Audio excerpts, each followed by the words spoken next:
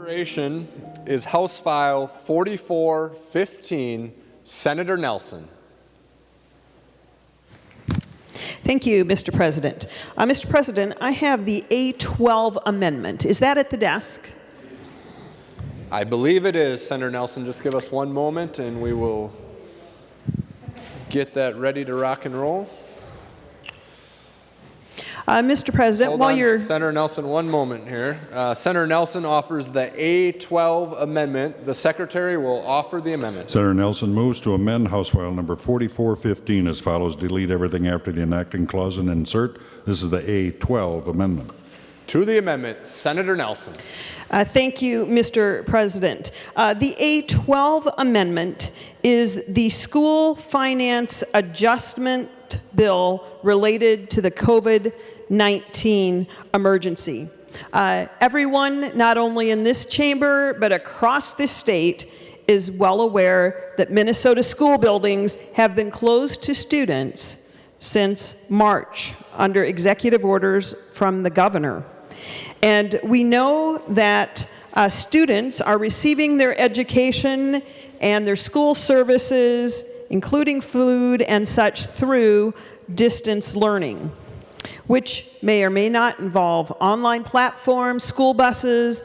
The point is, Minnesota's 850,000 plus school students since mid-March have been receiving their education in very different ways.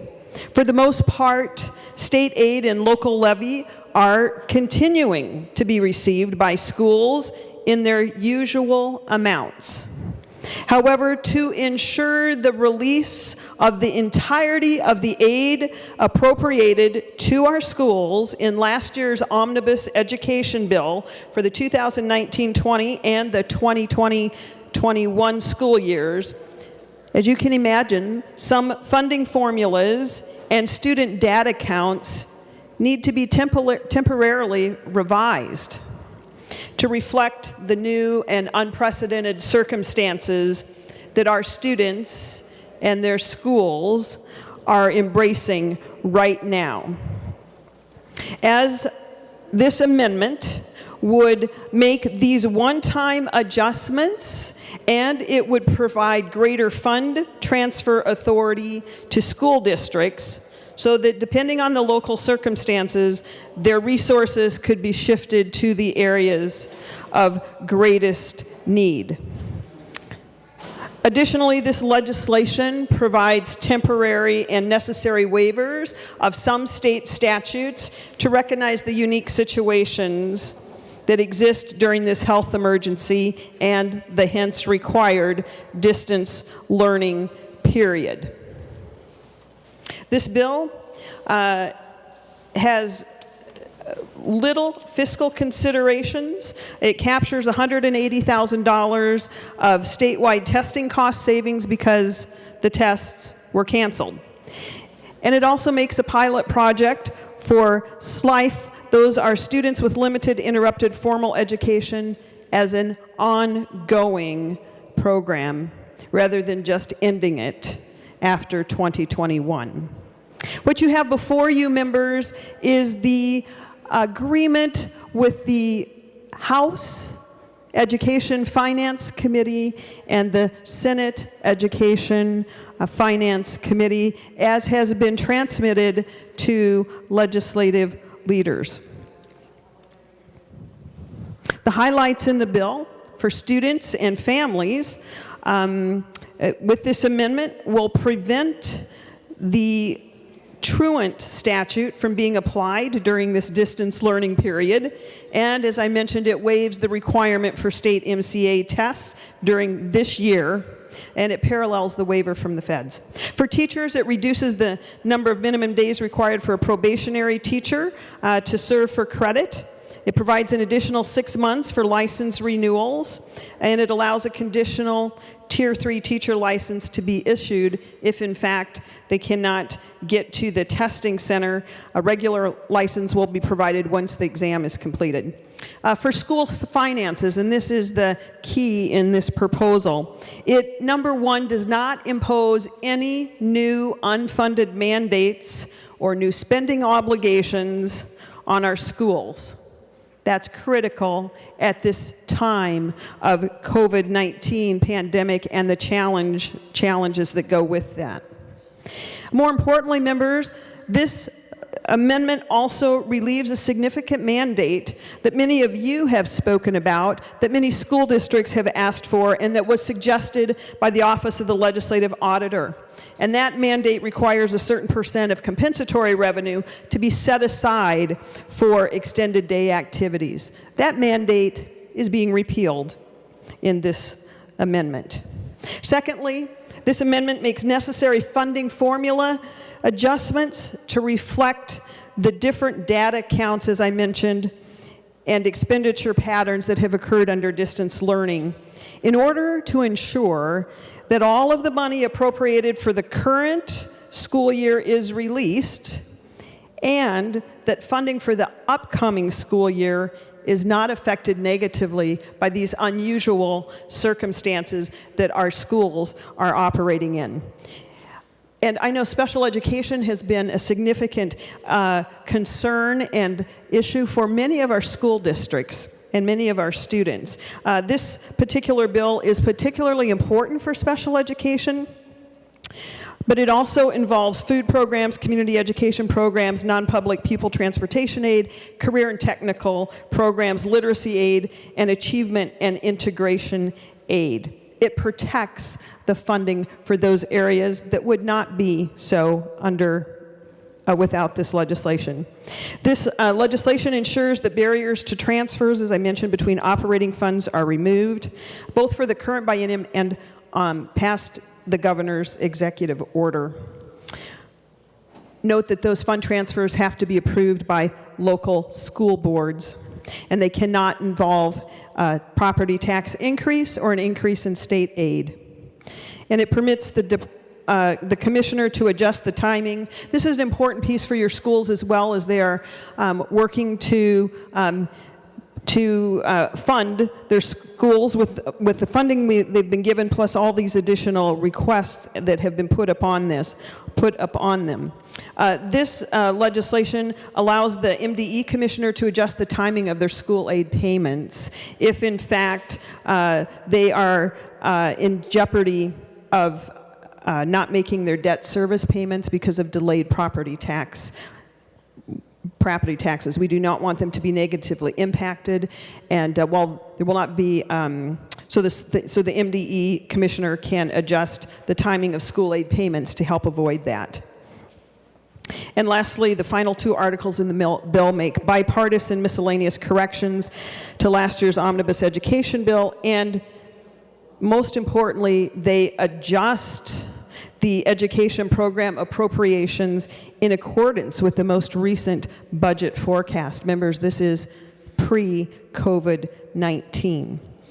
Supporters of this legislation include, well, just about everyone you can think of, from your metro districts to your rural districts to your school boards. That'd be the Minnesota School Boards Association, the Association of the Metropolitan School Districts, the Minnesota Association of School Administrators, Schools for Equity in Education, Minnesota Association of Elementary and Secondary School Principals of Minnesota, the Community Education Association, the Minnesota Rural Education Association, and the Minnesota Administrators for Special Education, and the Minnesota Department of Education, and the Professional Educator Licensing and Standards Board, which we affectionately call PELSB.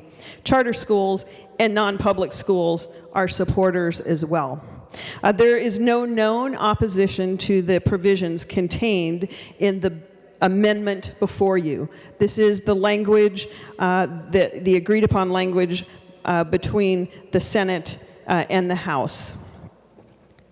With that, members, I will be glad to entertain any questions, but let me just say this is a very narrow bill focused specifically on COVID-19 funding and the issues that that has caused for our schools. It has a very limited focus. I will stand for any questions. Thank you, Senator Nelson. Is there any other discussion on the A12 amendment? Senator Uyghur? Mr. President, I request a roll call. Senator Uyghur, roll call requested, roll call granted. Is there any additional discussion on the A12 amendment?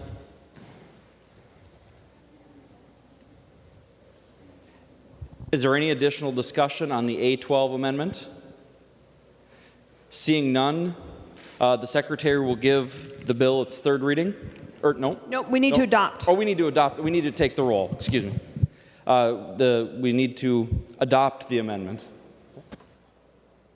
The Secretary will take the roll.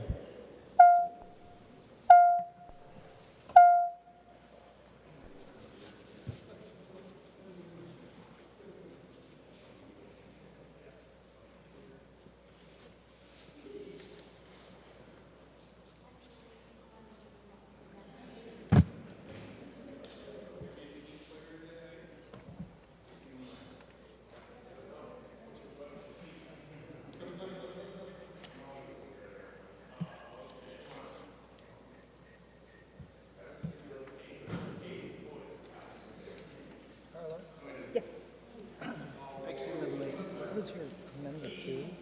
It was the agreement that I just talked about. It's the agreement between the House and the Senate. And it's a good vote for you. It doesn't spend any new money. Does it cut money out of schools? No, it does not. Okay. In fact, it prevents a $1 million a day unfunded mandate. Why would Democrats be voting against it? That is very strange. I don't know, but we'll definitely talk about that. That is very strange. Well, because they might want to put on that one. Members in the retiring room, please come vote. Then they should have added that. Yeah. Maybe they. Members in caucus room or Capitol Room 303 and members in the President's office.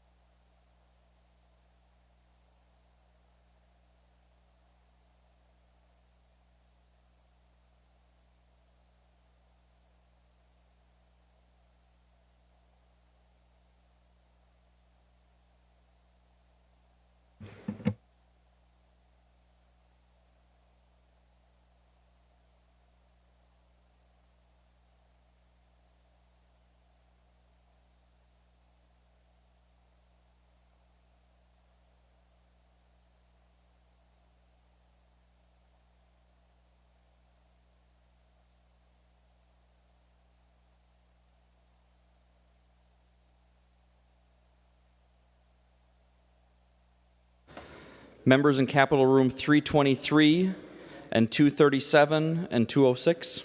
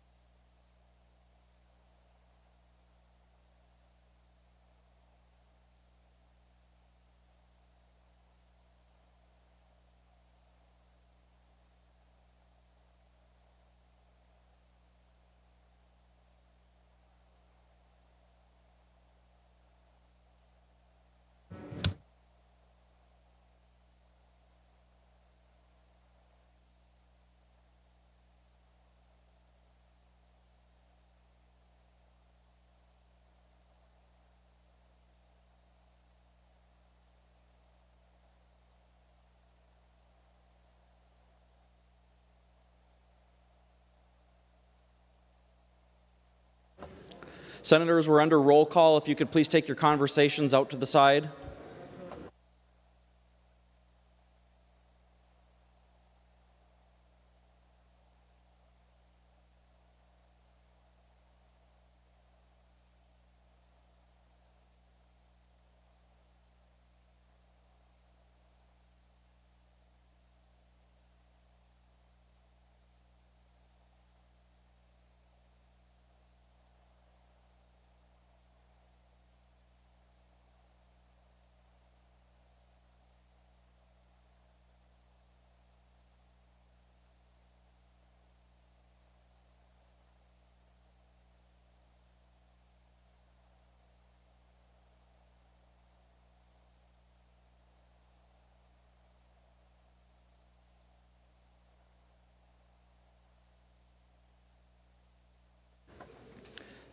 Senator Kent, are you ready to report the roll of those voting under Rule 40.7? Senator Kent? Thank you, Mr. President. I report no for Senator Carlson. Senator Carlson votes no. I report no for Senator Clausen. Senator Clausen votes no. I report no for Senator Champion. Senator Champion votes no. Senator Kent? I report no for Senator Dietzick. Senator Dietzick votes no. Members, it's a little loud in here. If you could please take your conversations to the side. I'm having a hard time hearing Senator Kent. Senator Kent? I report no for Senator Eaton. No for Senator Eaton. Senator Kent? Mr. President, I think, oh, never mind, we've caught up. I apologize. I report no for Senator Franzen. Senator Franzen votes no. Senator Kent? Mr. President, Senator Kent? just to clarify, to make sure everybody's got it as intended. Senator Dietzick, I report no. Senator Dietzick votes no. Senator Kent? Senator Eaton, I report no. Senator Eaton votes no. Senator Kent? I report no for Senator Franzen. Senator Franzen votes no. Senator Kent? I report no for Senator Frentz. Senator Frentz votes no. Senator Kent? I report no for Senator Klein. Senator Klein votes no. Senator Kent? I report no for Senator Lane. Senator Lane votes no. Senator Kent? I report no for Senator Latz. Senator Latz votes no. Senator Kent? I report no for Senator Little. Senator Little votes no. Senator Kent? I report no for Senator Newton. Senator Newton votes no. Senator Kent? I report no for Senator Rest. Senator Rest votes no. Senator Kent? I report no for Senator Sparks. Senator Sparks votes no. Senator Kent? I report no for Senator Torres Ray. Senator Torres Ray votes no. Senator Kent? I report no for Senator Wickland. Senator Wickland votes no. Does that complete your votes? I would like to call on Senator Benson to report the votes of members voting under Rule 40.7. Senator Benson? Thank you, Mr. President. Senator Anderson B. votes aye. Senator Anderson B. votes aye. Senator Benson? Senator Dames votes aye. Senator Dames votes aye. Senator Benson? Senator Hall votes aye. Senator Hall votes aye. Senator Benson? Senator Newman votes aye.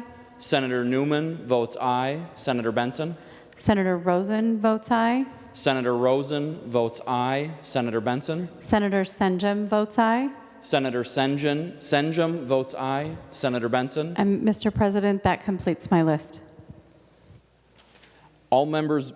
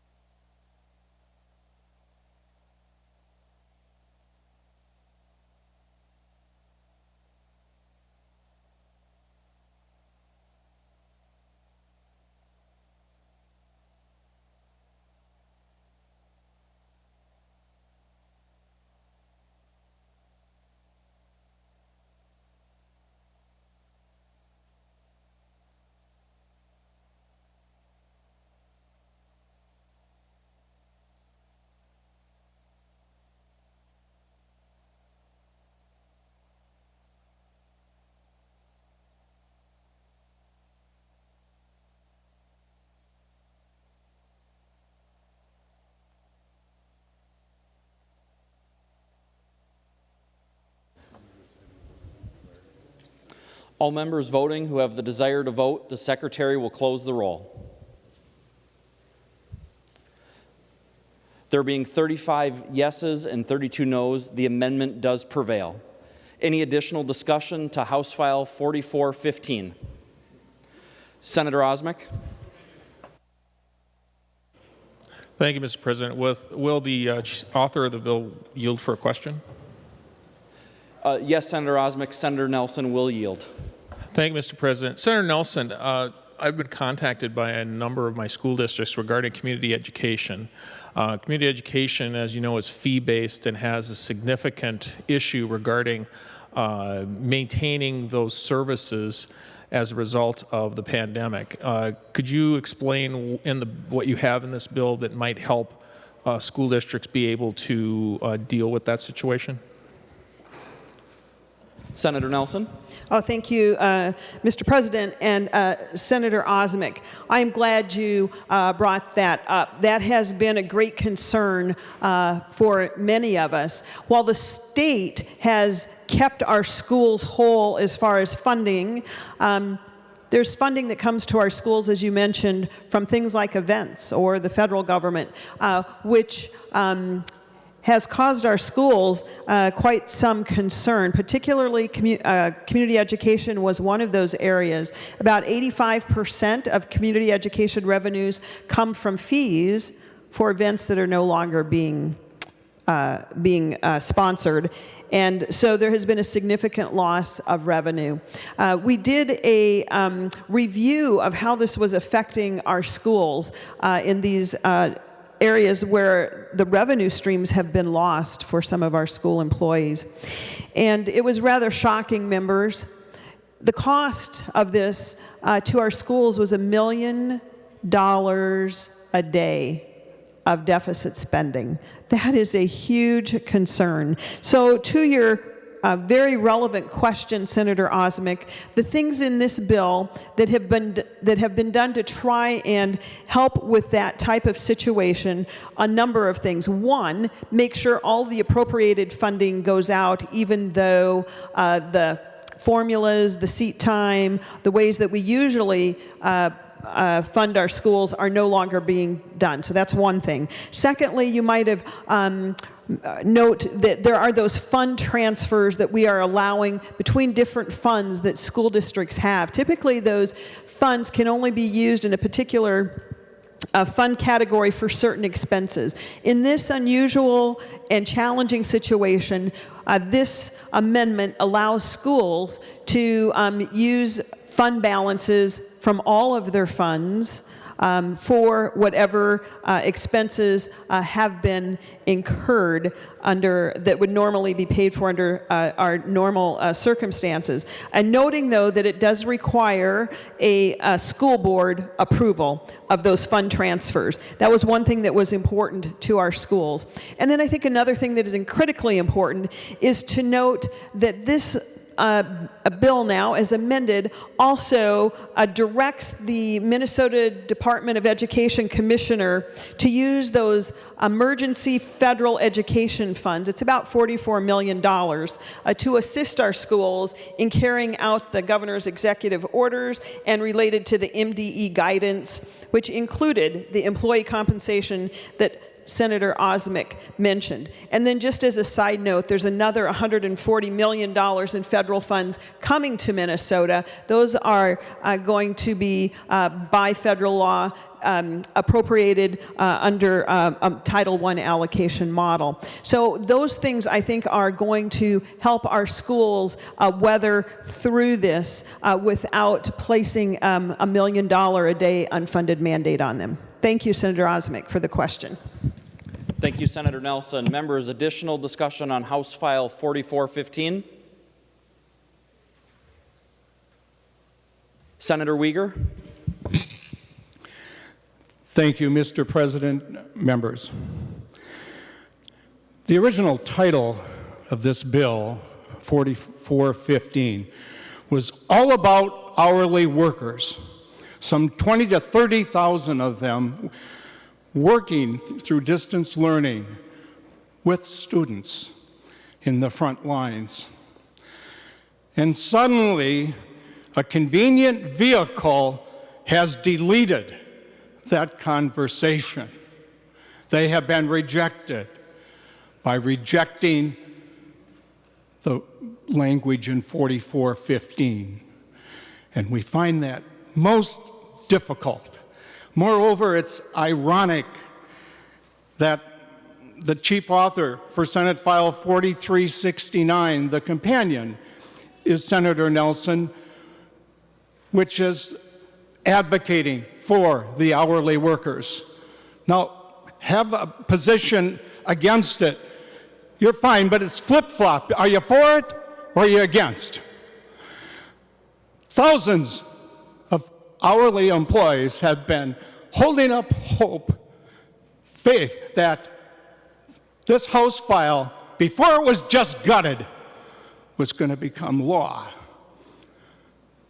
There have been attempts for the hourly workers in negotiations to get this carried through. This has been a core value for our caucus as well as in the majority in the House.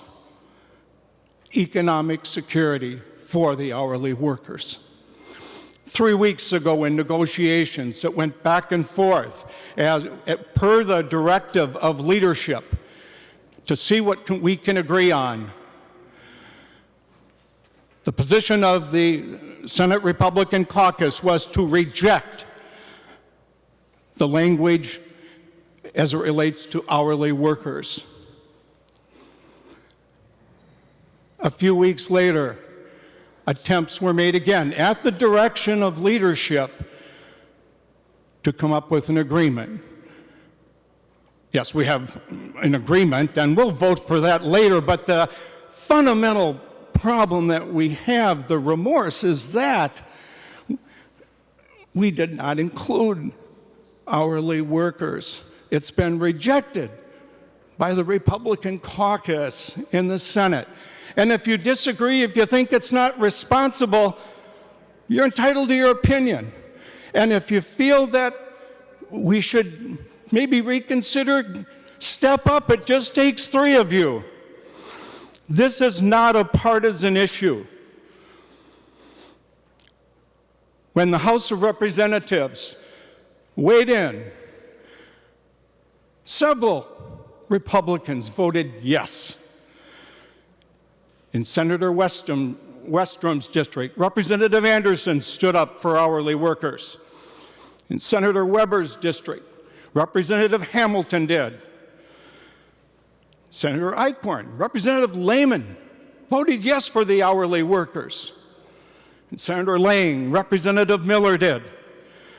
I'll just add a few more. Senator Kiffmeyer, Representative Novotny voted yes for the hourly workers. Again, a provision that the majority here has rejected. Senator Rarick, Representative Nelson N. voted with the hourly workers. Senator Miller, Representative Davids, he voted for the hourly workers. And Senator Newman, Representative Erdahl did. It's a bipartisan issue. And it's been rejected by deleting as a convenient way of putting in an agreement which was reached over a week ago. They feel used, and they should feel that way because it's been held out that we're championing that effort. We're trying to. This is our chance in the minority to at least have a conversation, because most of our bills, Mr. President, have not been heard all session.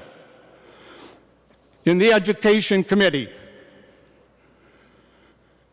3 bills were heard from the minority. I've been here 24 years. First time ever, not a single bill heard. Senator Swedinsky, a lifetime teacher with a lot of great ideas, not a single bill heard all year. Senator Torres Ray, a champion for equity and opportunity. Not a single bill heard. She introduces a lot of ideas. Senator Kent, a member of the committee, Leader Kent, her journey here started as a mom, active at her school, and then became an activist here. She's got a lot of great insights and proposals she's championed. Not one single bill has been heard. So, Senator Nelson, we have been shut out in this process. Oh, I want to mention Senator Clausen, 40 years experience, one of the brightest here. He did get one bill at the very end. So thank you. Thank you. This is wrong. The hourly workers deserve better. And that's why we voted against the provision. And maybe there's a chance that it could make it in the final hours. I don't know. If 3 of you wanted to cross over, make a motion. Go ahead, we'll help you. Thank you, Mr. President. Senator Nelson. Senator Nelson, wait till third reading. Senator Swedzinski, I have you next on the list. Thank you, Mr. President. I rise, I don't know if I can add or detract from the eloquence of the fellow senator over there, but I'll give it a shot. I think it's serendipitous that today is World, not state, not national, but World Education Support Professional Day. And we have 20,000 hourly workers who are imperative in our state's future because they deal with students. The hourly workers that we're talking about and that Senator Uyghur talked about are Title I and special ed paraprofessionals. They're health and nutrition experts. And our preschool teachers, those teachers that are trying to get our kindergarten students ready for that big first day. And a lot of those pre-K kids aren't going to be ready this fall because we've made these cuts. And it's going to further widen the opportunity gap. And it's going to further widen the achievement gap. And it's going to further widen the vulnerability gap. A gap that we may just never bridge after cutting our hourly workers. There's an hourly worker in my district that had 10 students. She was working hard and diligently on as an hourly worker, getting those kids ready for kindergarten. She's been meeting them. She hasn't given up. Since being laid off, she meets with all 10 of them for free. She's not getting paid. She told me that one of them started last September knowing 0 letters in the alphabet. And before the layoff, she had got that young girl up to 4 letters in the alphabet. And now she knows 23 letters in the alphabet. But she's tutoring her for free. Another student she told me about knew 0 letters at the beginning in September. And when she was laid off, that student was up to 2 letters. But she's been tutoring that student again for free and trying to get him back to where he once was so maybe he can be ready in the fall for kindergarten. What message are we sending our hourly workers? What message are we sending our communities? What message are we sending our youth and our students? Some may say that our hourly workers are collecting more on unemployment than they were while they were working. And that may very well be true. However, I don't know one person that ever went into education for the money. They went into education because they believe. They believe in that one kid that you can make a difference in and get them ready for kindergarten. Our hourly workers are not expendable or replaceable or superfluous. They're cogs in the educational wheel. They are vital, they are essential, and they're not support staff, they are critical staff. in getting those kids ready for kindergarten so that we can close the achievement gap.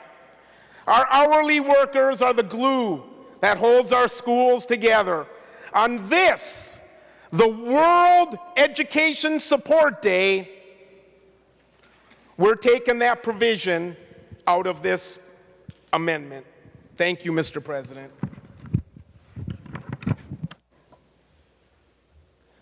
Any further discussion on House File 4415? Senator Kent?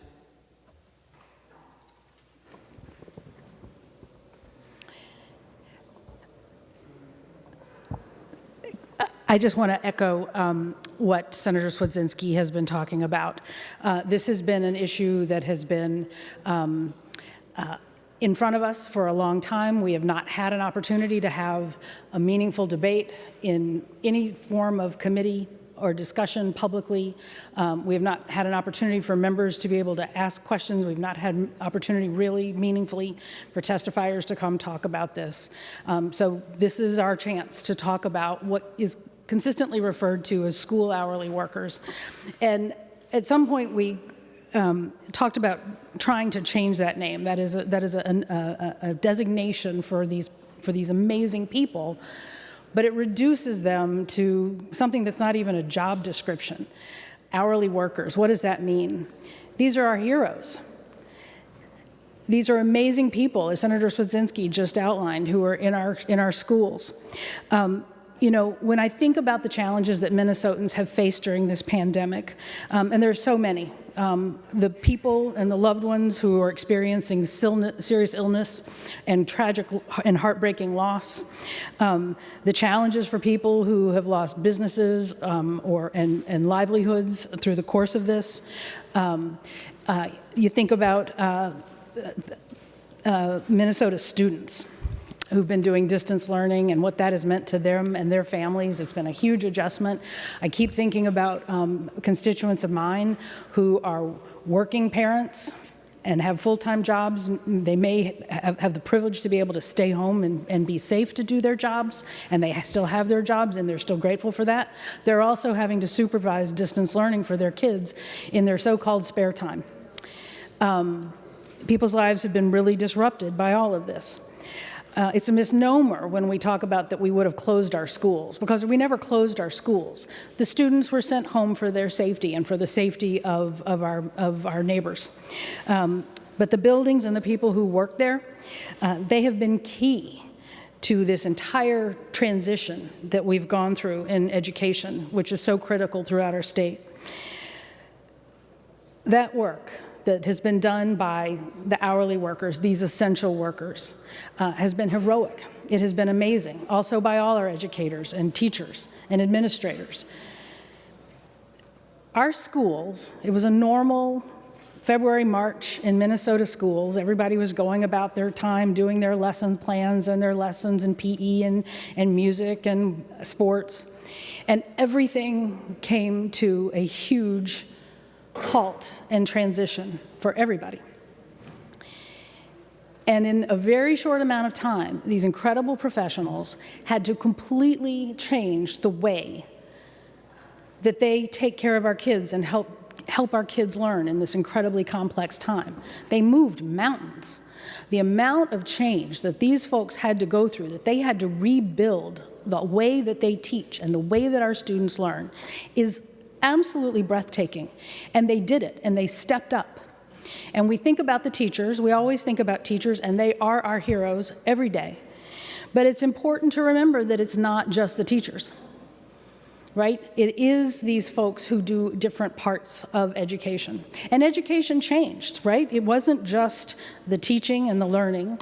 It was also the fact that we asked our schools to help provide childcare for our healthcare workers and our essential workers so that they could do that important work and know that their children were being taken care of.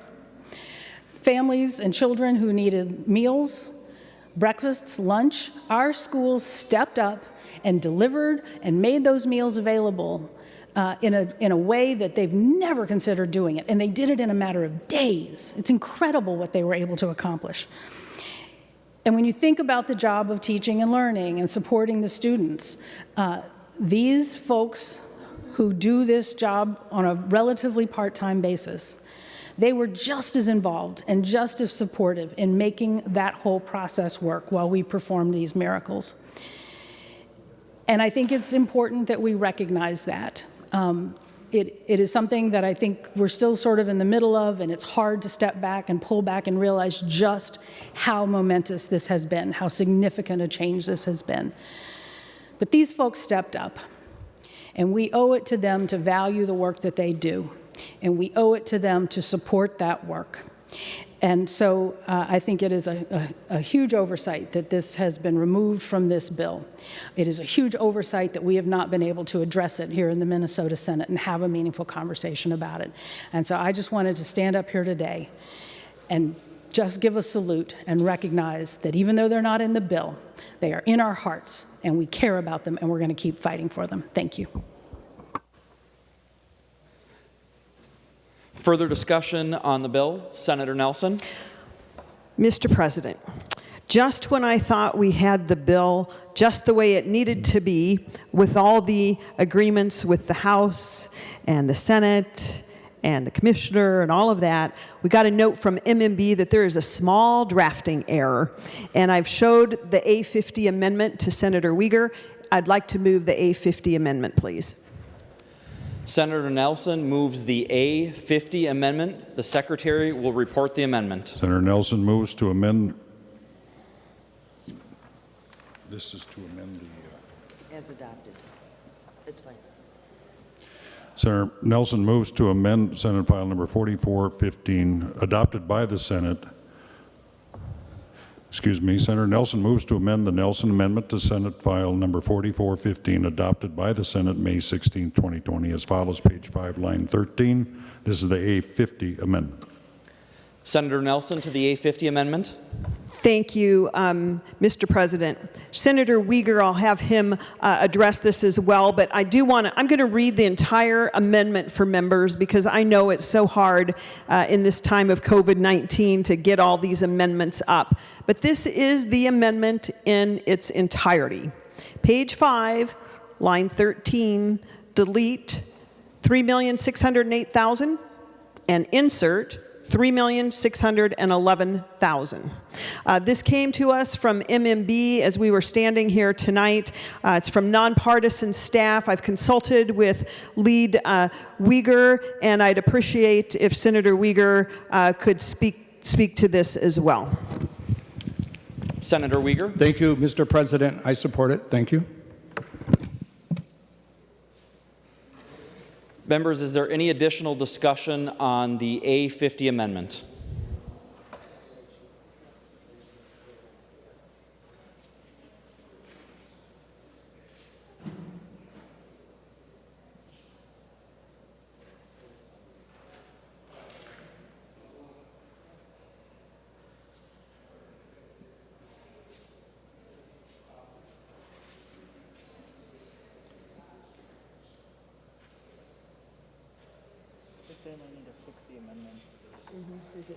Is it not addressing the right thing? It's 415 as amended.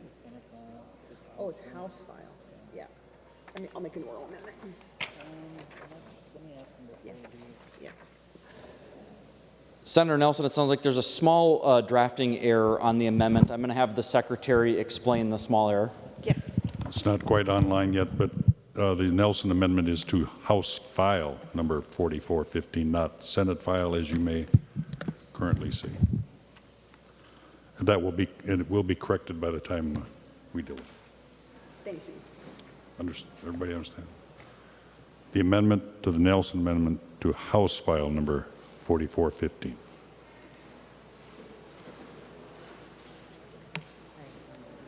Further discussion on the Nelson Amendment?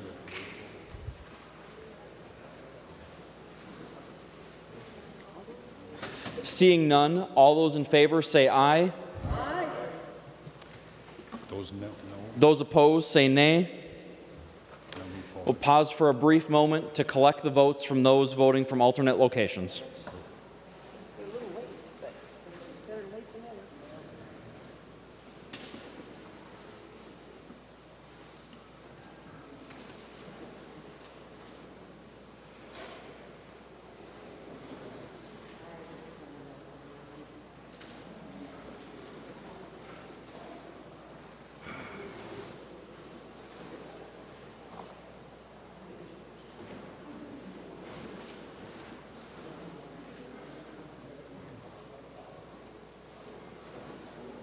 When this is done, I'm going to ask one more time and get the third reading.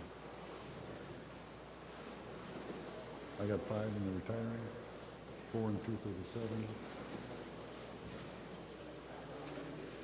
He's got 84, 14.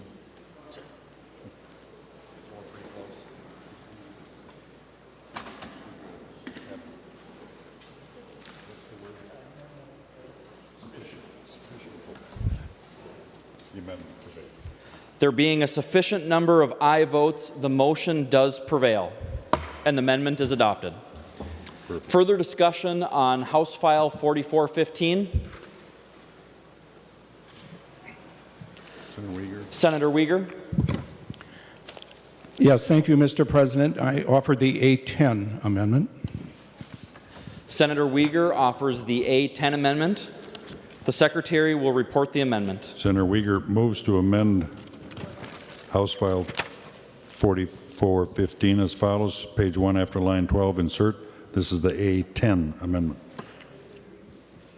Senator Uyghur to the A10 amendment. Yes, thank you, Mr. President. The A10 amendment reflects an agreement made by both the Senate through Senator Nelson, which I support, as well as with the House through Representative Davnie, or on this one, Representative Pinto and Joachim. It is all agreed to, it's unanimous, and there's great provisions with a lot of bipartisan flavor addressing mental health, vaping, some early childhood provisions, dyslexia.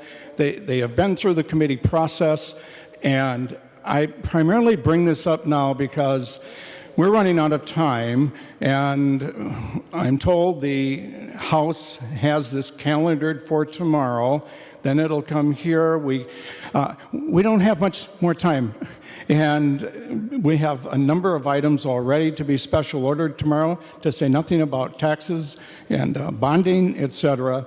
And so I think in the name of legislative efficiency, we should adopt an agreement that has unanimous support already by leadership, and would urge that we adopt it. Senator Nelson to the A10 amendment. Thank you, Mr. President, and thank you, Senator Uyghur. I appreciate your great support of the amendment that is before us right now.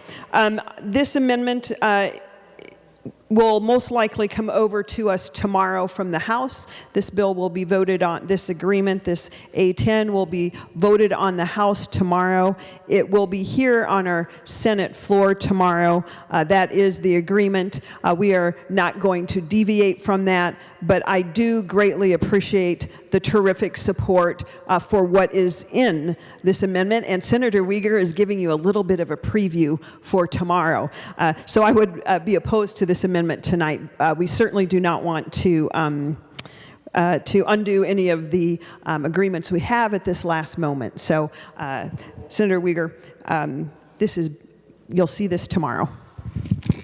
Further discussion on the A10 amendment. Senator Uyghur. Yes, thank you, Mr. President, and thank you, Senator Nelson. You're correct. We'll see it tomorrow. We don't know what time we're going to see it tomorrow when it's received. We don't know what item of business will be on. Any given bill, as we know, might take 10 minutes. It may take 2 hours, depending on the narrative and amendments. This puts the whole agreement into a lockbox. It goes over to the House, and it'll be to the governor thereafter. It's all agreed to. Let's get our work done. We have no assurance in terms of when it's going to arrive, and having been here a number of years, I'm used to the logjam. I know what it's going to be like tomorrow as we wait to see what 5 or 6 people come up for in agreements. So let's get this done right now. Thank you, Mr. President, and I will vote yes. Members, further discussion on the A10 amendment. Senator Nelson. Thank you, Mr. President. While I appreciate the great support, Mr. President, I must raise the order of non-germaneness. Point 35, if you could read Rule 35, please, you will see that a non-germane amendment includes one that is intended to accomplish a substantially different purpose than that of the original bill to what it is proposed. And Mr. President, if you read the title of the bill before us, you will see that this bill, the bill before us today, is the education let me read you the exact title here.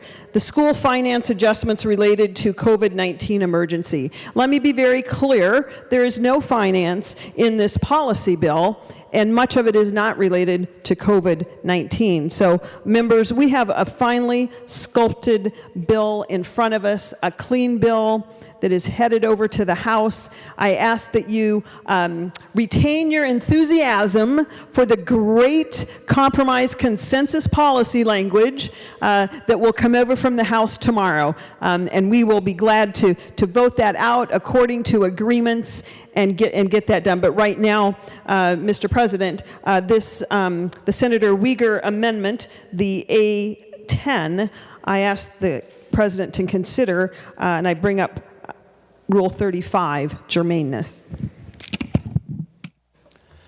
Senator Nelson is objecting to the germaneness of the A10 amendment. Advice? Senator Uyghur.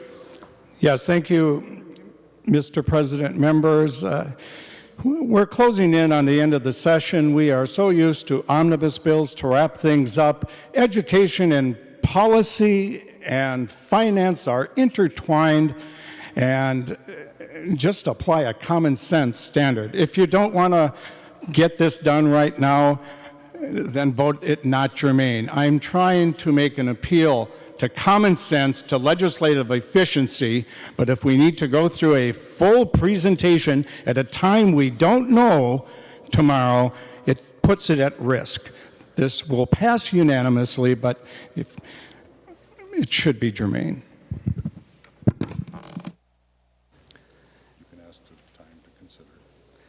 Any additional advice on the germaneness question, members?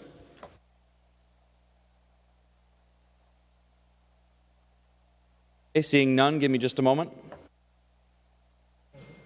Senator Limmer. Thank you, Mr. President. I've been looking over the amendment as it compares with the bill. I believe the amendment refers to Chapter 123, but I don't find it anywhere in the existing bill before us.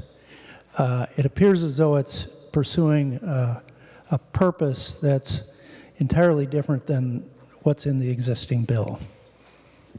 Therefore, it would be non-germane. Thank you, Senator Limmer. Any additional advice? Okay, so, Mr. President, Senator rule that Uyghur. it's not germane if education, policy, and finance are not related. Additional advice? Just a moment.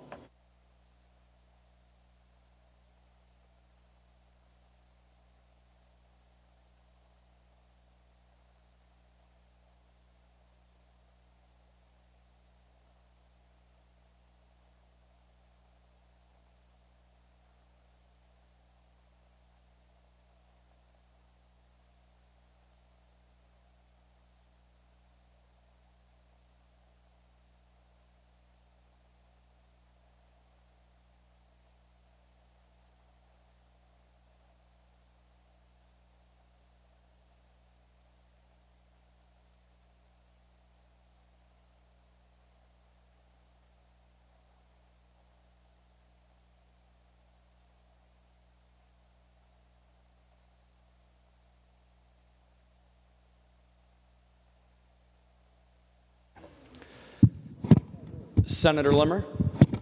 Mr. President, I was just looking over the bill and amendment. There's also some other portions of the amendment that don't seem to jive with the references to these education policies with a backdrop of COVID-19. That's the bill. But there are references to establishing contracts in the amendment, which would be a significantly different purpose than the original bill. Thank you, Senator Limmer. Having taken the advice, I rule the advice is well taken, and I rule the amendment not germane. Further discussion on Mr. President? Senator Uyghur. I appeal your ruling. Senator Uyghur appeals the ruling of the President.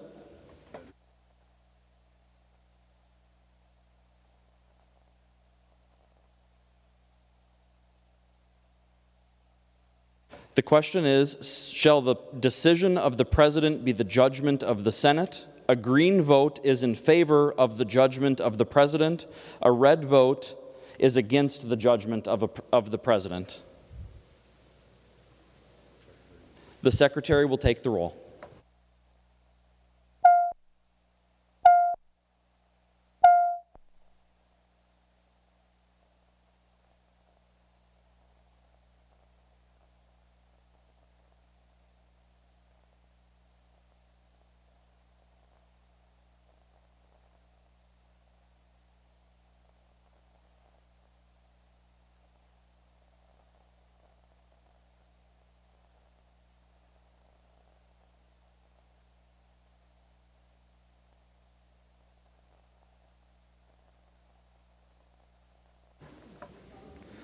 If members in the retiring room and Capitol Room 303 want to make their way down to vote.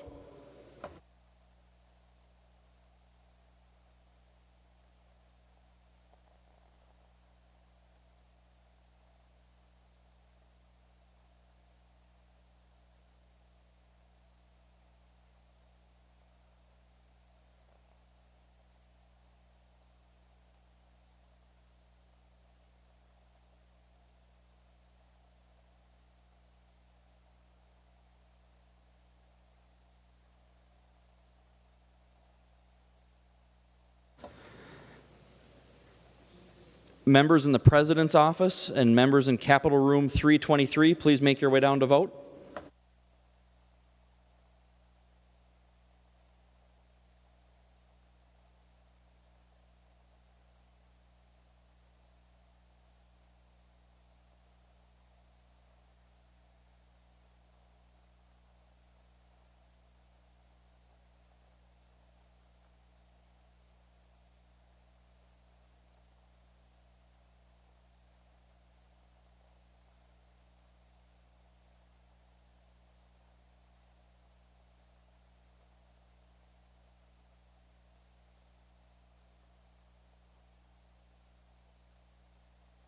Members in Capitol Room 206 and 237, please make your way to the chamber to vote.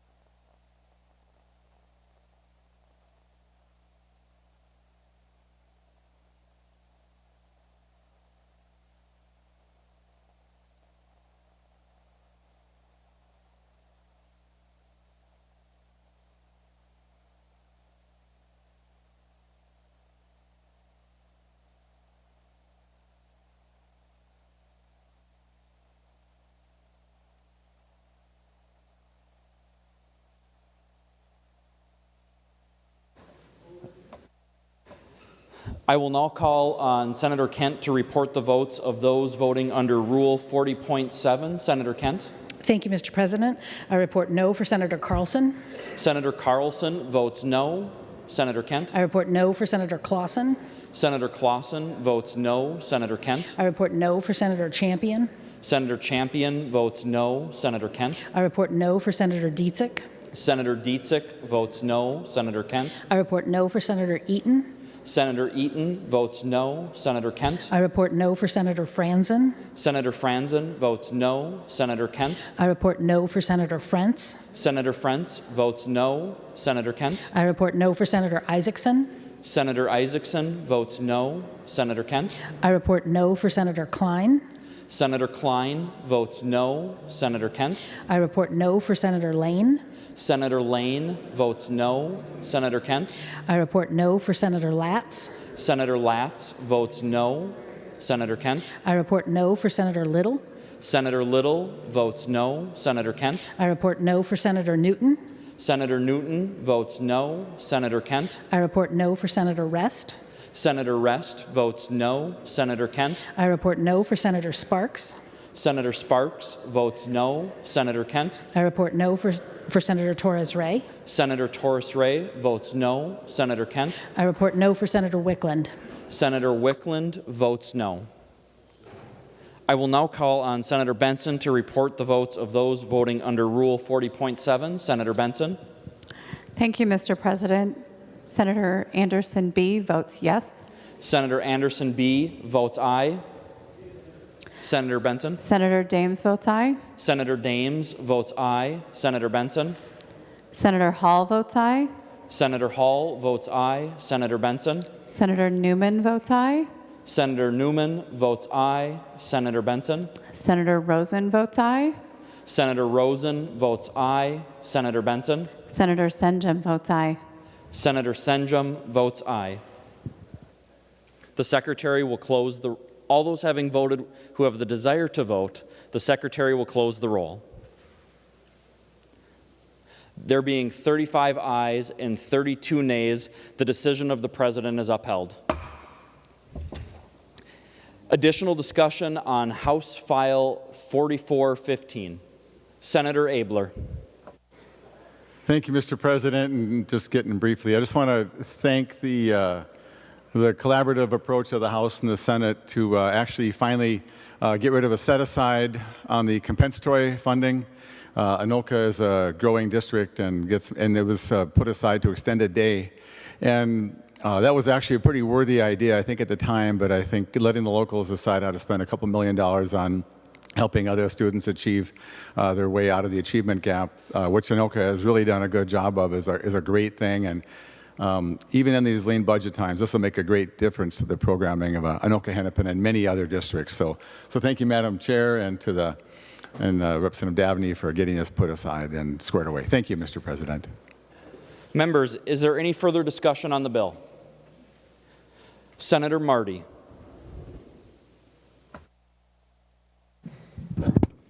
Thank you, Mr. President. I just wanted to make one brief comment, and that was during the debate on the germaneness of Senator Uyghur's amendment. I think Senator Nelson said that this was a finely sculpted bill, finely sculpted compromise or something like that. And I was going to say that when we're leaving out the hourly workers, the people who deliver food to the kids this time, the ones who teach the adult learners who are trying to get jobs and learn the language, I think when we're leaving them out, they're some of the most vulnerable public employees out there.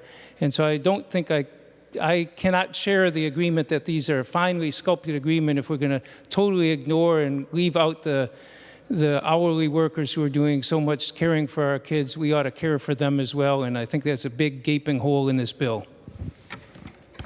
Any further discussion on the bill? Seeing none, the Secretary will give House File 4415 its third reading. House File Number 4415, a bill for an act relating to education. Third reading. Any further discussion? Senator Swadzynski, I have you first on my list for third reading. Do you still wish to speak on third reading? Senator Nelson. Well, thank you, Mr. President. Well, members, should you have any doubt Every member on the Education Committee is passionate about our schools, our children, their learning, and of course, the teachers, the paraprofessionals, and the hourly workers who make sure our kids get the education that they need. And well, before I talk about that, I do want to set one thing aside right away. It truly was an unusual session, and I think every senator knows that, and every Minnesotan knows that. There was some concern about not enough bills being heard or enough DFL bills being heard, and I can just tell members, a lot of my bills didn't get heard either. And a lot of other members' bills did not get heard either. And I suppose that is not just in education. As you know, the COVID-19 pandemic hit Minnesota. We closed down, and the day that we left the Capitol, I think it was a Tuesday perhaps, that next Wednesday, several of those DFL bills were on the agenda. But then COVID hit, and then we learned we didn't have hearings for a while. Then we learned how to Zoom. We had Zoom hearings, and we all know that they slowed down significantly. I do want to note that Senator Clausen's ADSIS bill is also, you will be voting on that as well later. And then I want to say I agree with Senator Uyghur and Senator Swedzinski and Senator Kent as they talked about the importance of paraprofessionals and hourly workers. You know, when I was teaching special education, my paraprofessional that was working with me and my students was indispensable. Her name was Dolores, and I will never forget her and how much she meant not just to the students, but to me. And then as a Title I teacher, I had another fabulous paraprofessional, an hourly employee, and her name was Judy. And I will never forget about Judy either, and the work that she did with students and the help that she was to me. Of course, then I was an 8th grade teacher, an 8th grade reading teacher. And there I got to experience paras in a different way. Paraprofessionals came into my classroom with children who had special needs. One student, Stephen, was deaf. Another student was blind. I had numbers of students who were in special education, learning disabilities, the emotionally disturbed classrooms, all of those settings. And then, of course, I was a resource teacher, an LD teacher, middle school LD teacher. And of course, we had great paraprofessionals. So for anyone to stand up and say that the Senate Republicans, much less the Senate Republican chair of the Education, Finance, and Policy Committee, does not appreciate hourly workers and paraprofessionals is just wrong. That is wrong. It is not correct. But I also want to address those comments to think that they had been left out or ignored, or there's a gaping hole in the bill before us in how it deals with hourly and paraprofessionals. Well, members, there's a few things you need to know here.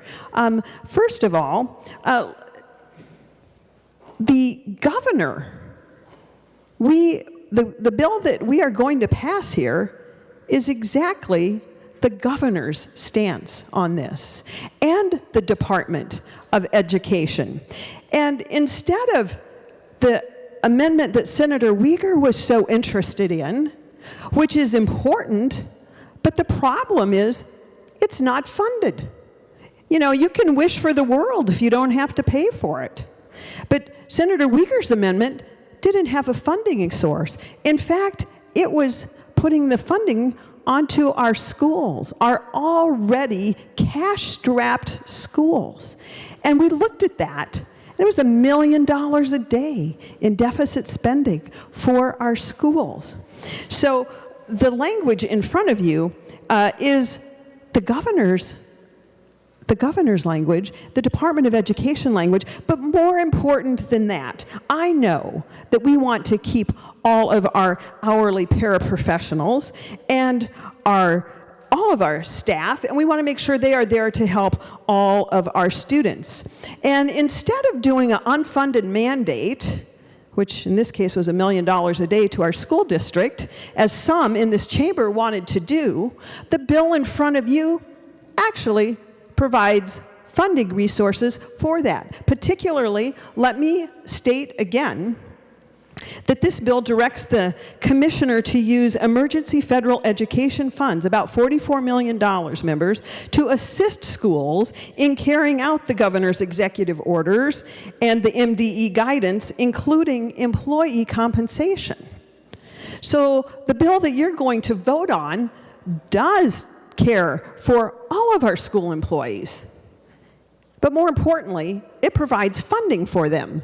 And more importantly, it stands with the governor's executive orders and the Minnesota Department of Education. So this has been a delightful conversation that we've had. And I think the one thing that all Minnesotans should take away from this is that we are extremely supportive of all of our schools and all of those who help our children learn. And that is the bill that you have before us. So as I would say, this is and furthermore, the House did not even require this. So while I appreciate the passion, and I know we've had long days here, members, the bill before us, as I said, is supported by all of the organizations. And I want to read that again. The ones that are our school orgs in the state: the Minnesota School Boards Association, the Association of Metropolitan School Districts, the Minnesota Association of School Administrators, Schools for Equity in Education, the Minnesota Association of Elementary and Secondary School Principals, Minnesota Community Education, Minnesota Rural Education Association, Minnesota Administrators for Special Education, and the Minnesota Department of Education, and Pellsby Charter Schools and Non-Public Schools. So members, we do care. The bill in front of you does do the things that members were so concerned about. So with that, I ask you to also note the letter from the Minnesota School Boards that was sent out to you earlier today. I won't go through it again. The hour's late. I know we have lots to do. And so those are my closing comments. I ask for a green vote. Please support our schools, support our students, support our staff, and let's help our schools get through this and be prepared for post-COVID-19 education. I ask for a green vote. Final discussion on the bill. Senator Uyghur. Yes, thank you, Mr. President. Normally, I would always have the chief author give the closing words, but we must do a fact check. It was represented that the governor was supportive of this as representing the needs of hourly workers. To be sure, the executive order in the COVID crisis we're dealing with was limited as to what he could do by statute. That is why we had House File 4415. That is why we have 4369, which you are the chief author of. That is the remedy. That is what Governor Walz supports. He was limited. On the bill now before us, we have rejected the hourly provision. And ironically, there are funding streams. That's the point we made. There are funding streams. We have not made a cutback in funds to schools. We aren't proposing a renegotiation of their contract at the local level. There are those funding streams. So that's why we support 4415. And that's why, at least at the desk, you're still the chief author of 4369. That is the remedy. Thank you. Final discussion on the bill. Senator Nelson.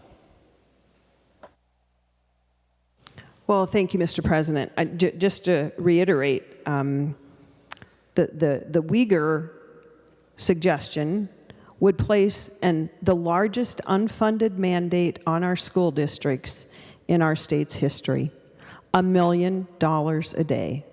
Our schools cannot sustain that.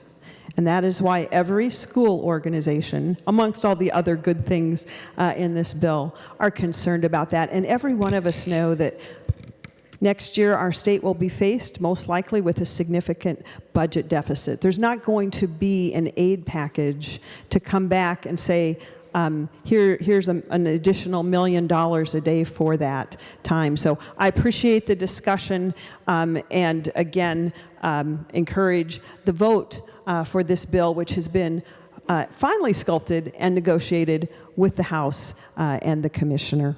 Thank you. Senator Uyghur.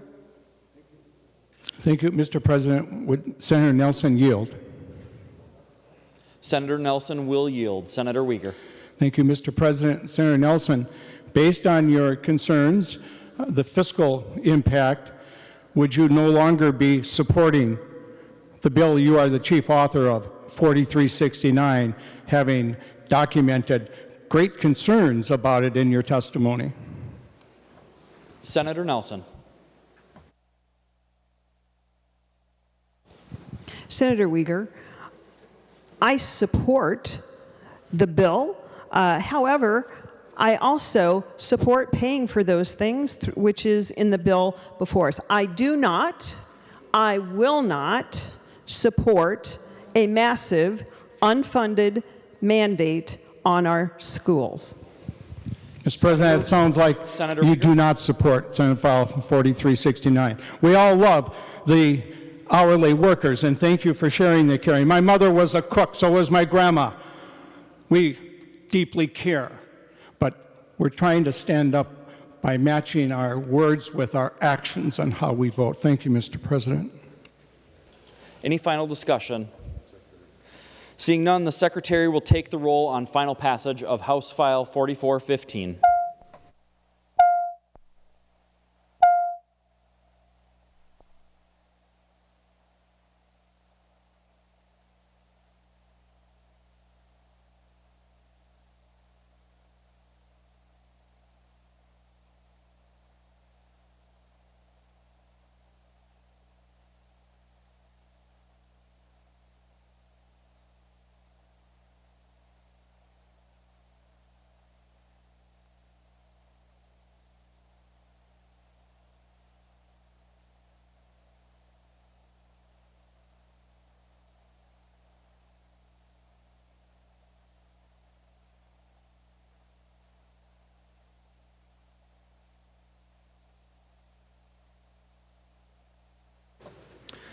Members in the retiring room and Capitol Room 303, please make your way to the chamber to vote.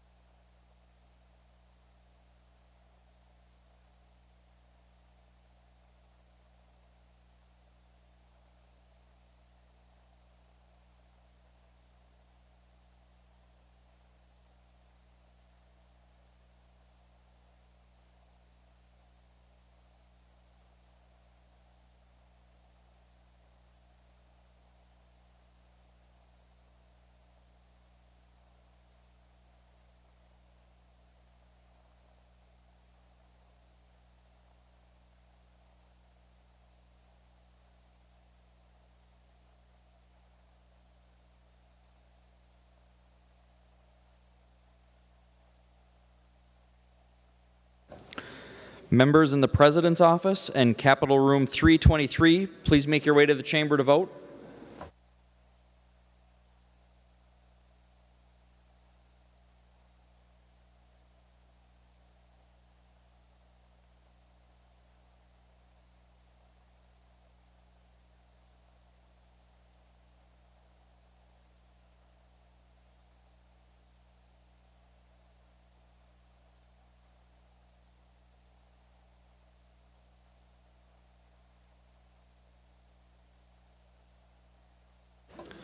Members in Capitol Room 237 and 206, please make your way to the chamber to vote.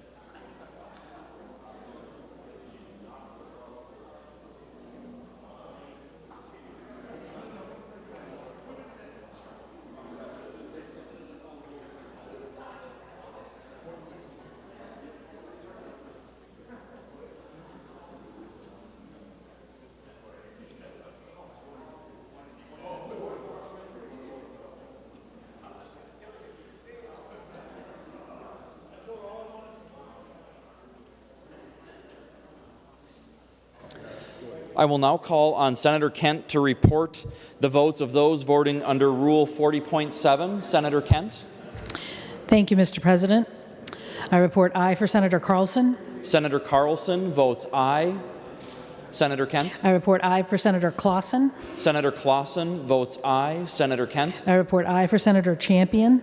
Senator Champion votes aye. Senator Kent. I report aye for Senator Dietzick. Senator Dietzick votes aye. Senator Kent. I report aye for Senator Eaton. Senator Eaton votes aye. Senator Kent. I report aye for Senator Franzen. Senator Franzen votes aye. Senator Kent. I report aye for Senator Frentz. Senator Frentz votes aye. Senator Kent. I report aye for Senator Isaacson. Senator Isaacson votes aye. Senator Kent. I report aye for Senator Klein. Senator Klein votes aye. Senator Kent. I report aye for Senator Lane. Senator Lane votes aye. Senator Kent. I report aye for Senator Latz. Senator Latz votes aye. Senator Kent. I report aye for Senator Little. Senator Little votes aye. Senator Kent. I report aye for Senator Newton. Senator Newton votes aye. Senator Kent. I report aye for Senator Rest. Senator Rest votes aye. Senator Kent. I report aye for Senator Sparks. Senator Sparks votes aye. Senator Kent. I report no for Senator Torres Ray. Senator Torres Ray votes no. Senator Kent. I report aye for Senator Wickland. Senator Wickland votes aye. I will now call on Senator Benson to report those voting under Rule 40.7. Senator Benson. Mr. President, Senator Anderson B. votes aye. Senator Anderson B. votes aye. Senator Benson. Senator Dames votes aye. Senator Dames votes aye. Senator Benson. Senator Hall votes aye. Senator Hall votes aye. Senator Benson. Senator Newman votes aye. Senator Newman votes aye. Senator Benson. Senator Rosen votes aye. Senator Rosen votes aye. Senator Benson. Senator Senjum votes aye. Senator Senjum votes aye. The Secretary will close the roll. Good. There being 66 ayes and 1 nay, the bill is passed and its title is agreed to.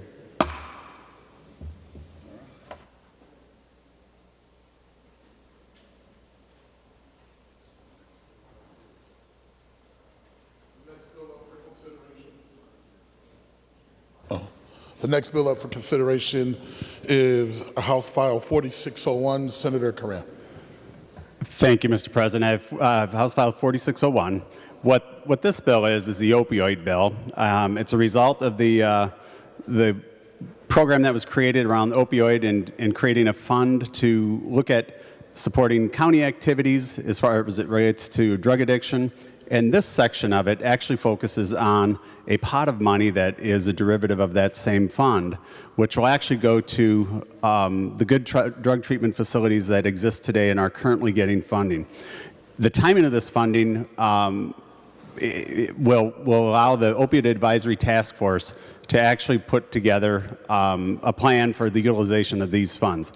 But because of the timing and the delays, it was prudent that we take half of the projected funds that will be available this come fiscal year and direct them out to the task or to the organizations that provide the drug treatment today. A big portion of it will provide grants for a variety of organizations that already have the funding or that already provide great funding. A significant portion will go to restock the naloxone inventories and many of the other health programs which are listed in the bill. You can see there's a dollar amount designated for each of those organizations, and those organizations all get funding today. And Mr. President, I would also like to move, there's an amendment to it, the A50 amendment. The Secretary will report the amendment. Senator Curran moves to amend House File Number 4601 as follows, page 1, line 2, and after the period insert. This is the A50 amendment. To your amendment, Senator Curran. Thank you, Mr. President. What the amendment does is, based on the COVID and the epidemic or pandemic and the impact on this fund, it looks like there may be a shortfall in the fund. So to be equitable and fair to each of the organizations receiving the funding, what this amendment does, what the A50 does, is reduce each of those funding pools by the amount, or to reflect the reduction in collections for that particular fund. It's projected that'll be at $2.713 million. It may come in less than that. And so what the amendment does is it proportionally adjusts each of those organizations based on the final funds available for that particular activity. Is there any discussion to the amendment? Seeing no discussion, all those in favor say aye. Aye. All those opposed? Now we pause for the count.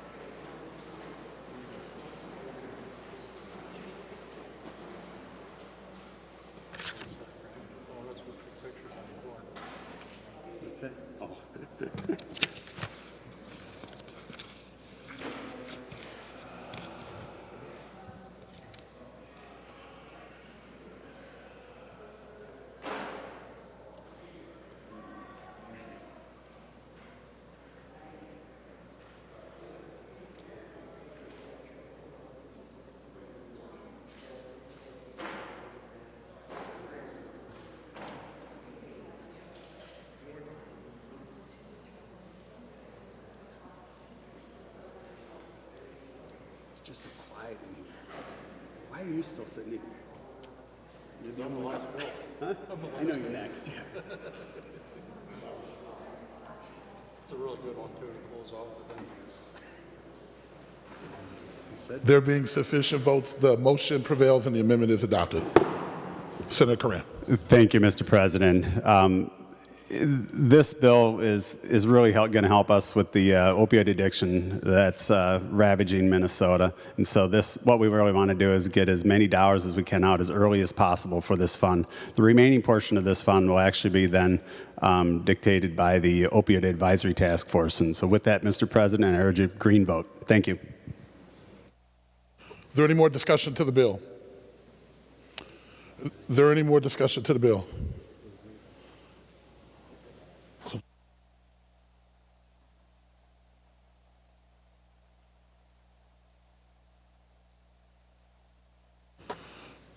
Seeing no further discussion, the Secretary will give the bill its third reading. House File Number 4601, a bill for an act relating to human services. Any more discussion to the bill? Secretary will take the roll.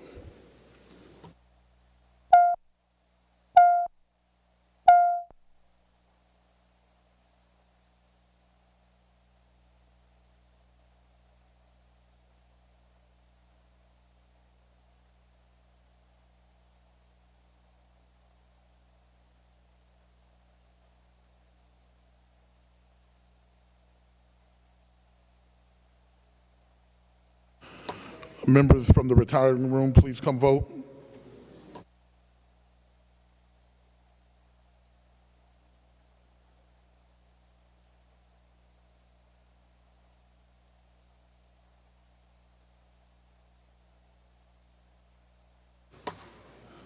Members from Capitol 303, please come vote.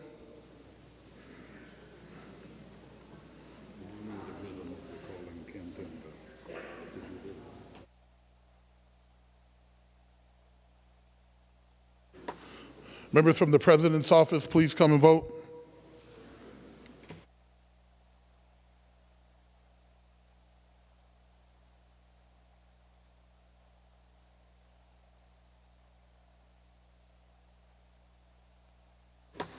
Members from Capitol 206 and Capitol 237, please come vote.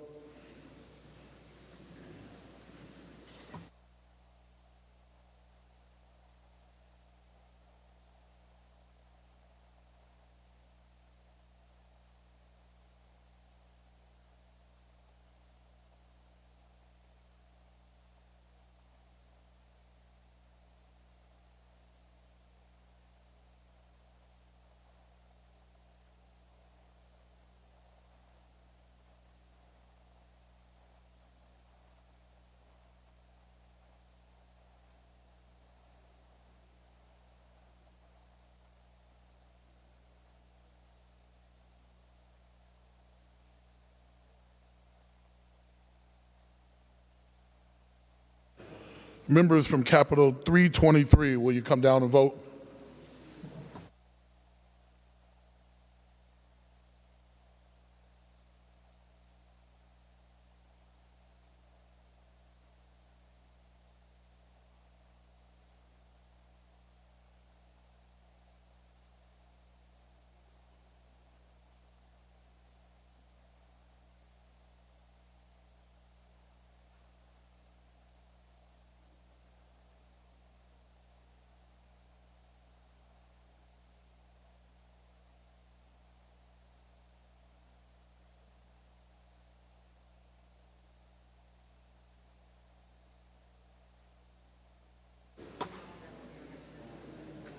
Pursuant to Rule 40.7, I call on Senator Kemp. Thank you, Mr. President. I report aye for Senator Carlson. Senator Kemp votes aye for Senator Carlson. I report aye for Senator Clausen. Clausen votes aye. I report aye for Senator Champion. Champion votes aye. I report aye for Senator Dietzick. Dietzick votes aye. I report aye for Senator Eaton. Eaton votes aye. I report aye for Senator Franzen. Franzen votes aye. I report aye for Senator Frentz. Frentz votes aye. I report aye for Senator Klein. Klein votes aye. I report aye for Senator Lane. Lane votes aye. I report aye for Senator Latz. Latz votes aye. I report aye for Senator Little. Little votes aye. I report aye for Senator Newton. Newton votes aye. I report aye for Senator Rest. Rest votes aye. I report aye for Senator Sparks. Sparks votes aye. I report aye for Senator Torres Ray.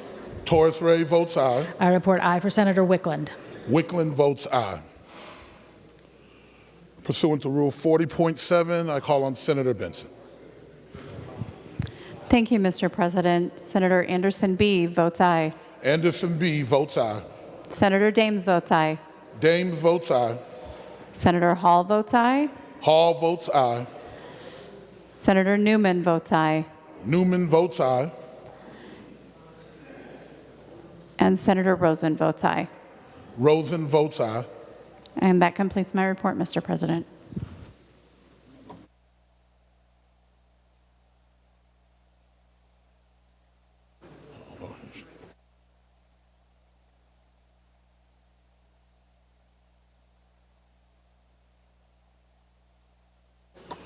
The Secretary will close the roll.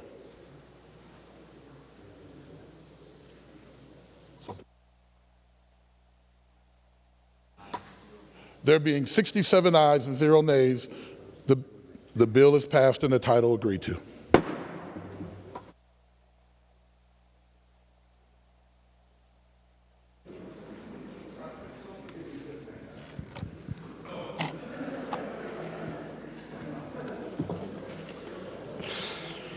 All right, members. The next bill up for consideration is number 15 on general order, Senate File 15, Senator Goggin.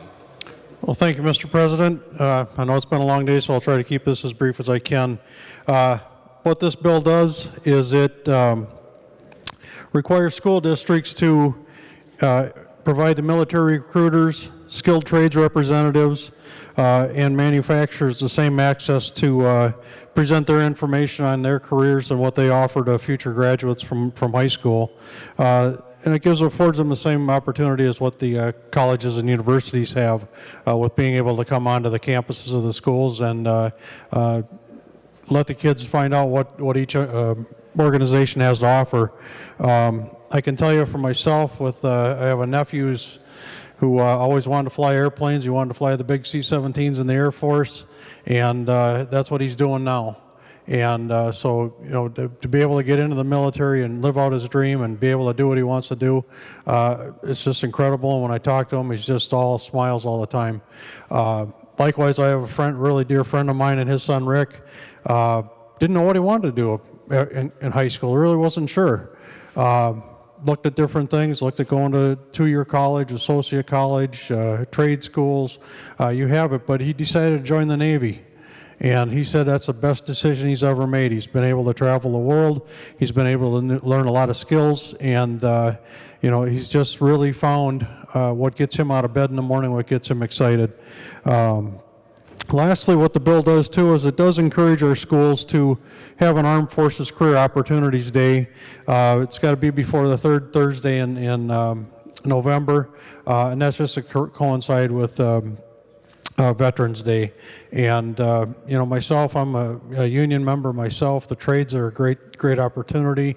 Our manufacturers are doing a lot of phenomenal work with computers and high tech. All I want to do is give our kids every opportunity to see what's out there for them and let them and their families figure out what they can do going forward. So with that, members, I ask for a green vote and stand for any questions. Thank you. Discussion on Senate File 15, Senator Uyghur.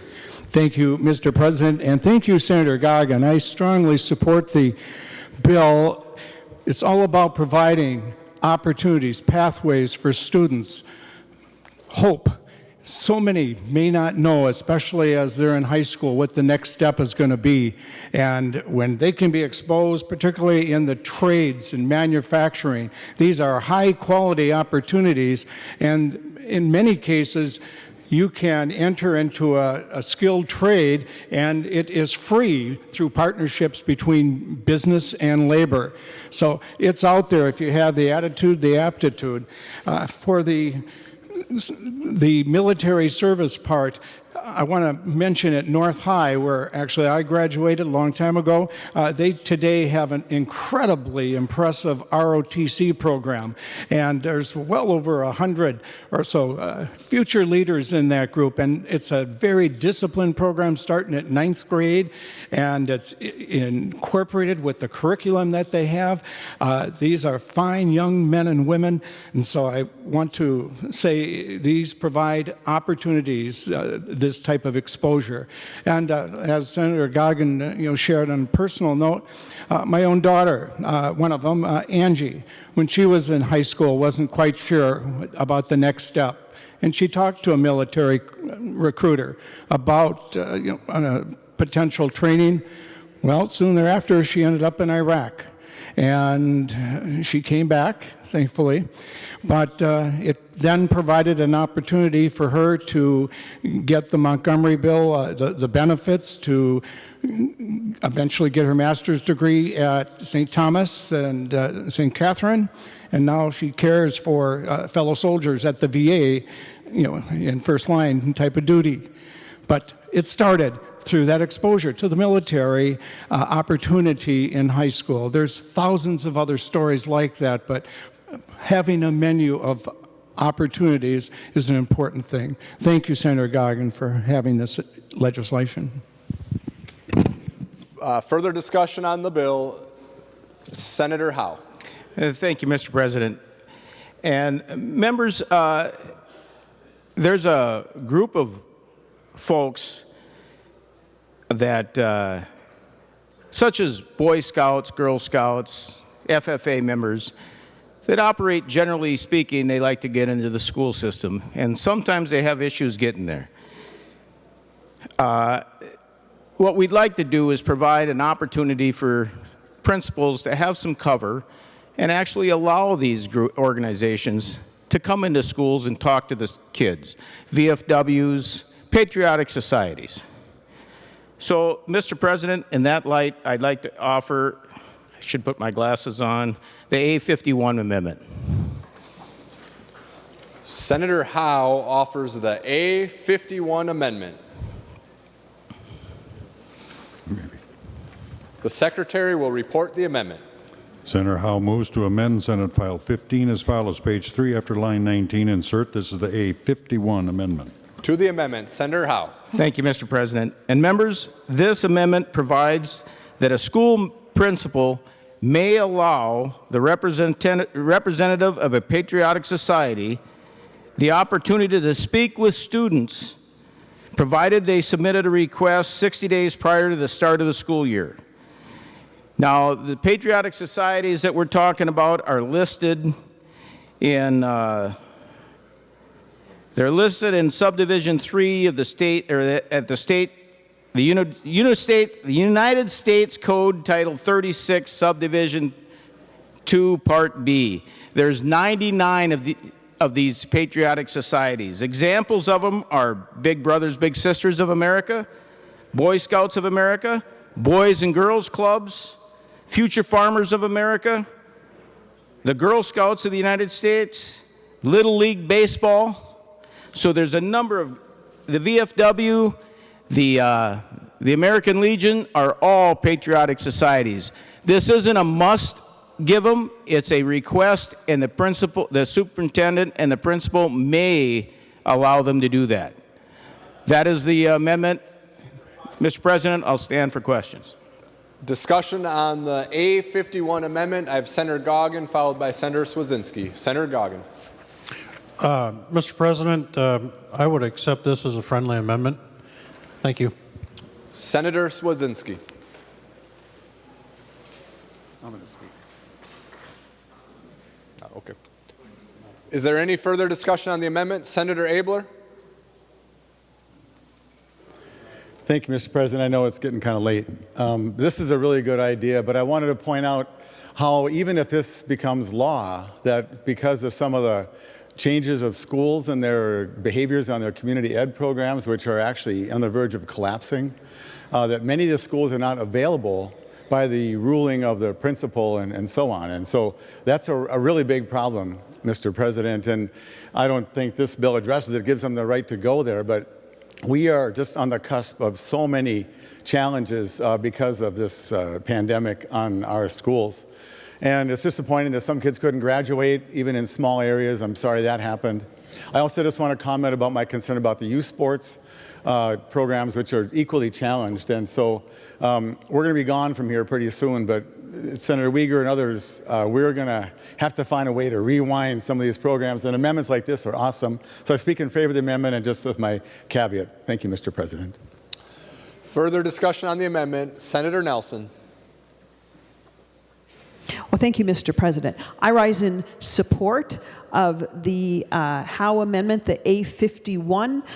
This is not a mandate. It allows schools to have those special people in our communities, the patriotic organizations, those civic organizations, and those are important opportunities for our students, and I would say never has a time been more important than right now. So I just want to thank Senator Howe for bringing the A51 amendment. Further discussion on the amendment. Senator Limmer. Would the author yield, Mr. President? Senator Howe will yield. Senator Limmer. Senator Howe, thank you, Mr. President. Senator Howe, whenever we make reference to the U.S. Code, we know that's subject to change just like any other law that we make in particular statutes. That particular code that's listed here, Title 36, Subtitle 2, Part B, might change tomorrow. It might have other groups in it that we don't really have a reference of right now.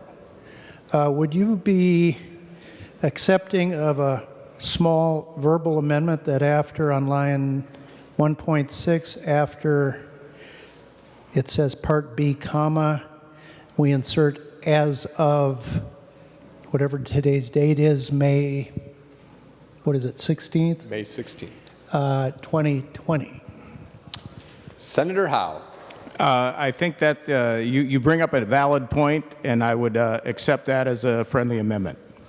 So Senator Limmer is offering a verbal amendment to the amendment. I will ask the secretary to report that amendment when he has it.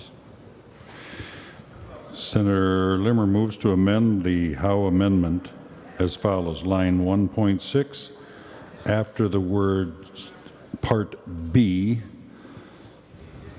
insert the words as of May 16th, comma, 2020, comma. There'd be elimination of one comma. Senator Limmer, does that reflect your amendment to the amendment? Mr. President, it does, and it's becoming more and more of a standard practice when we make reference to federal code. So we're on the Limmer amendment to the amendment. Any further discussion? All those in favor say aye. Opposed say no. We will take a brief pause to gather the votes of members in alternate locations.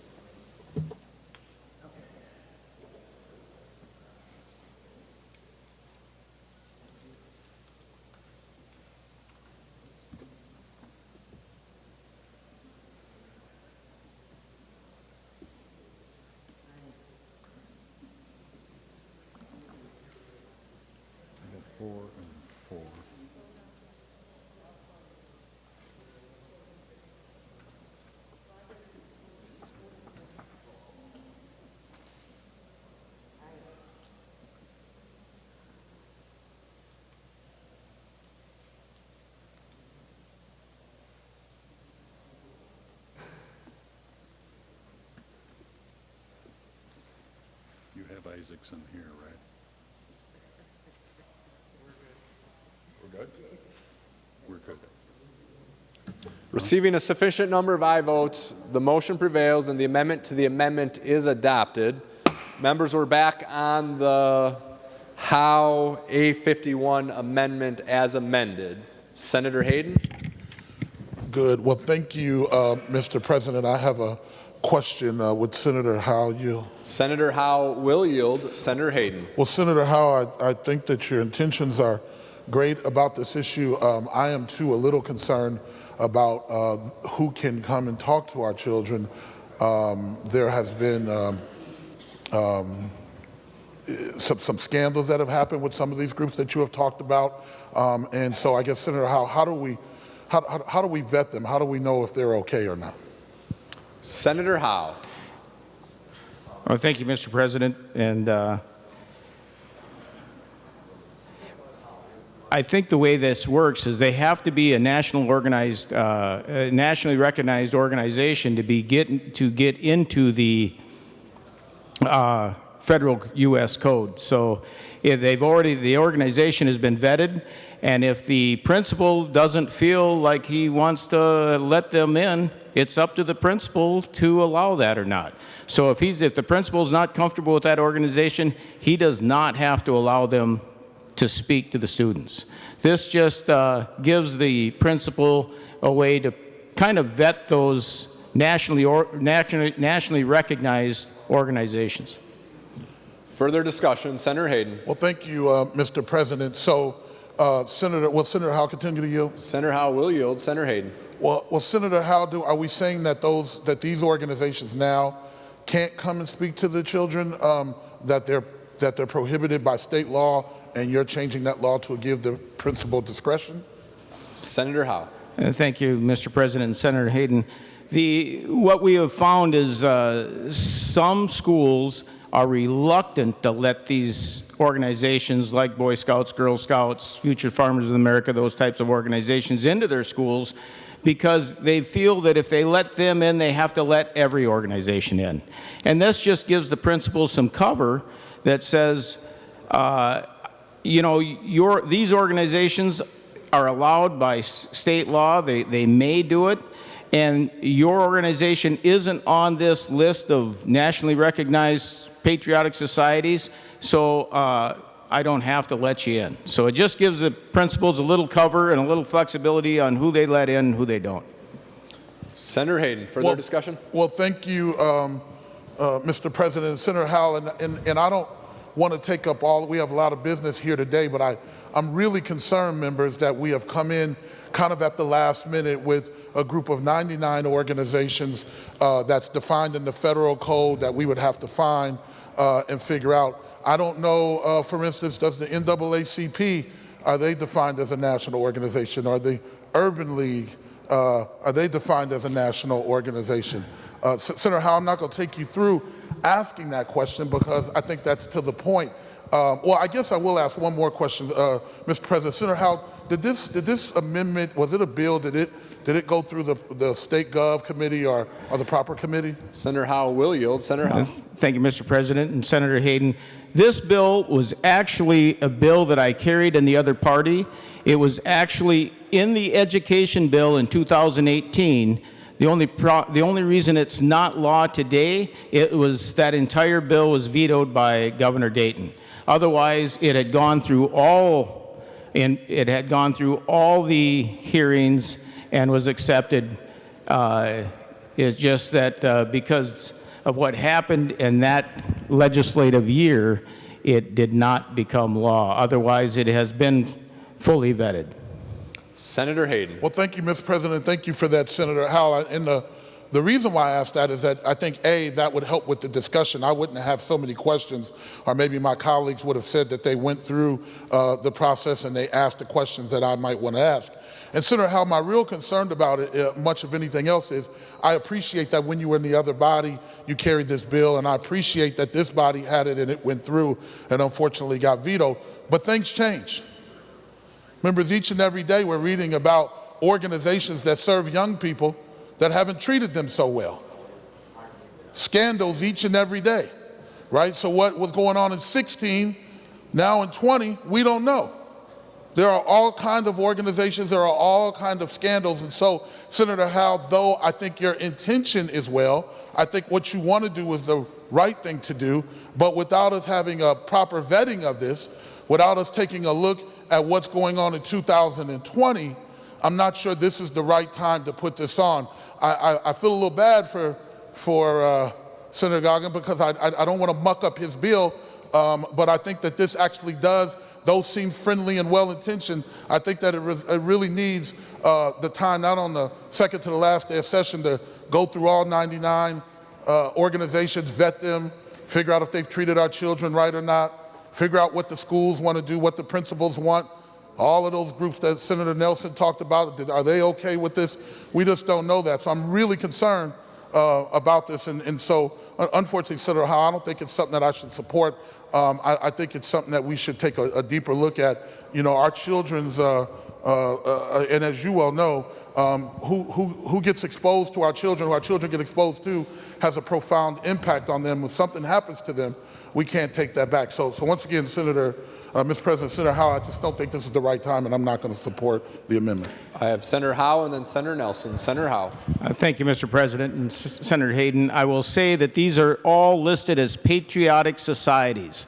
They're all patriotic organizations. In this day and age, with our current status in the world, in the country, I think it's all we can do to expose our children to more patriotic societies and enhance that patriotism and that all for one. We have a one Minnesota, we should have a one America. We all need to stand behind our country. Thank you, Mr. President. Senator Nelson. Well, thank you, Mr. President. I just want to be very brief and allay some of Senator Hayden's concerns. If you look at the amendment, you will see that it just says may. School principal may provide a representative of a patriotic society. It does not mean they must or they have to. So that word may, I think, is very important in addressing some of those concerns. Further discussion on the amendment, Senator Hayden. Well, thank you, Mr. President and Senator Nelson. Thank you for that. I was reading that and I saw the may. I'm glad you pointed it out, though, because I certainly saw may. But when I talked to Senator Howe, he said he wanted to kind of put a little bit of an umph behind it. Wanted to make sure that the state said it was okay, and that might help them to make their decisions. That in of itself is concerning. So apparently they may do it today, but they may not. But Senator Howe wants to bring this to come back. And to this issue of one Minnesota and one nation, I'm surely for that. I'm as patriotic as they come. But I also know that some of the people that get exposed to our children aren't as patriotic, and they harm them.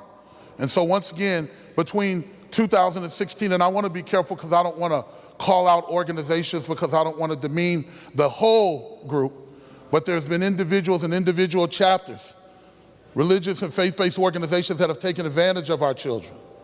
And I just would have loved, though I'm not on those committees, for us to have a much more in-depth conversation.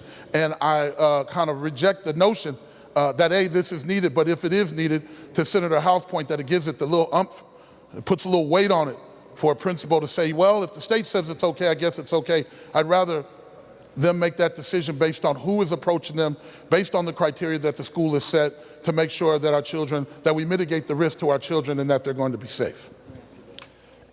Members were on the A51 amendment. Is there any further discussion?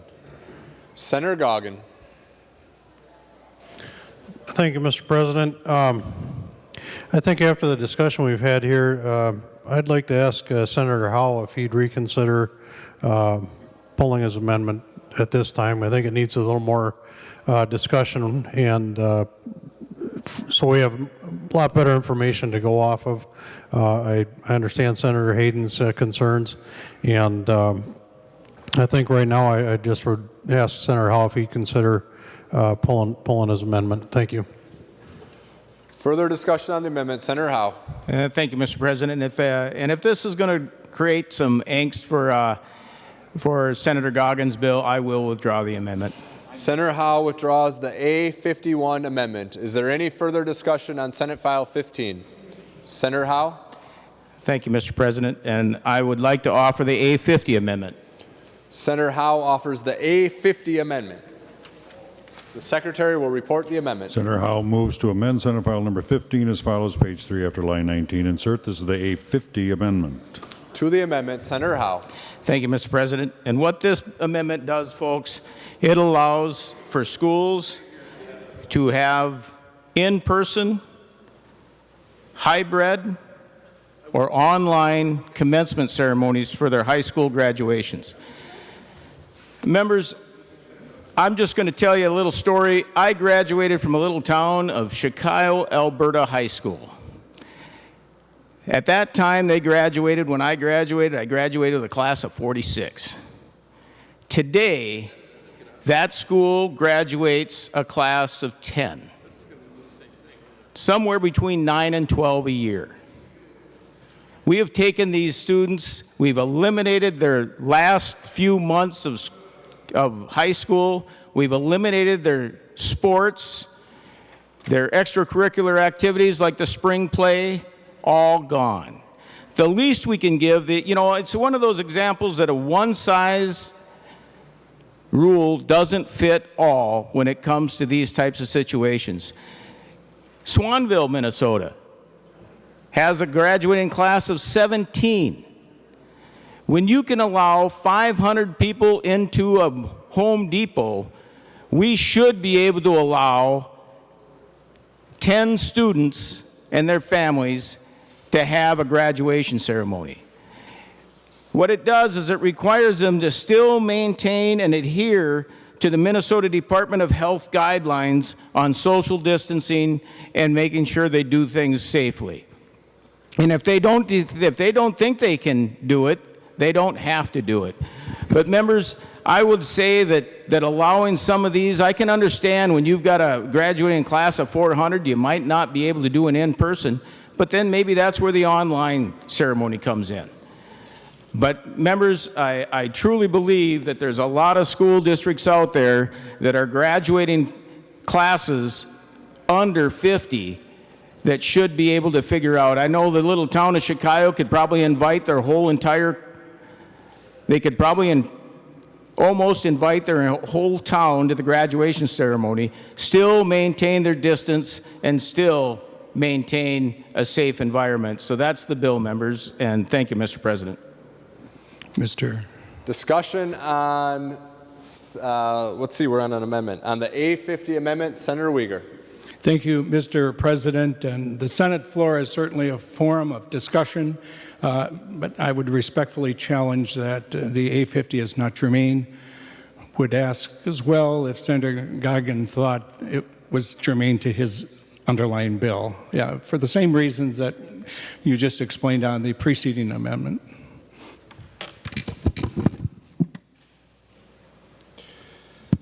Members, Senator Uyghur is raising a point of order under Rule 35.2 that the amendment is not germane. Advice to the Mr. President, Senator Benson? could Senator Uyghur please articulate under 35.2 why he believes the amendment is not germane? It's not the author's responsibility to make another member's point of order. Nope. Advice to the President.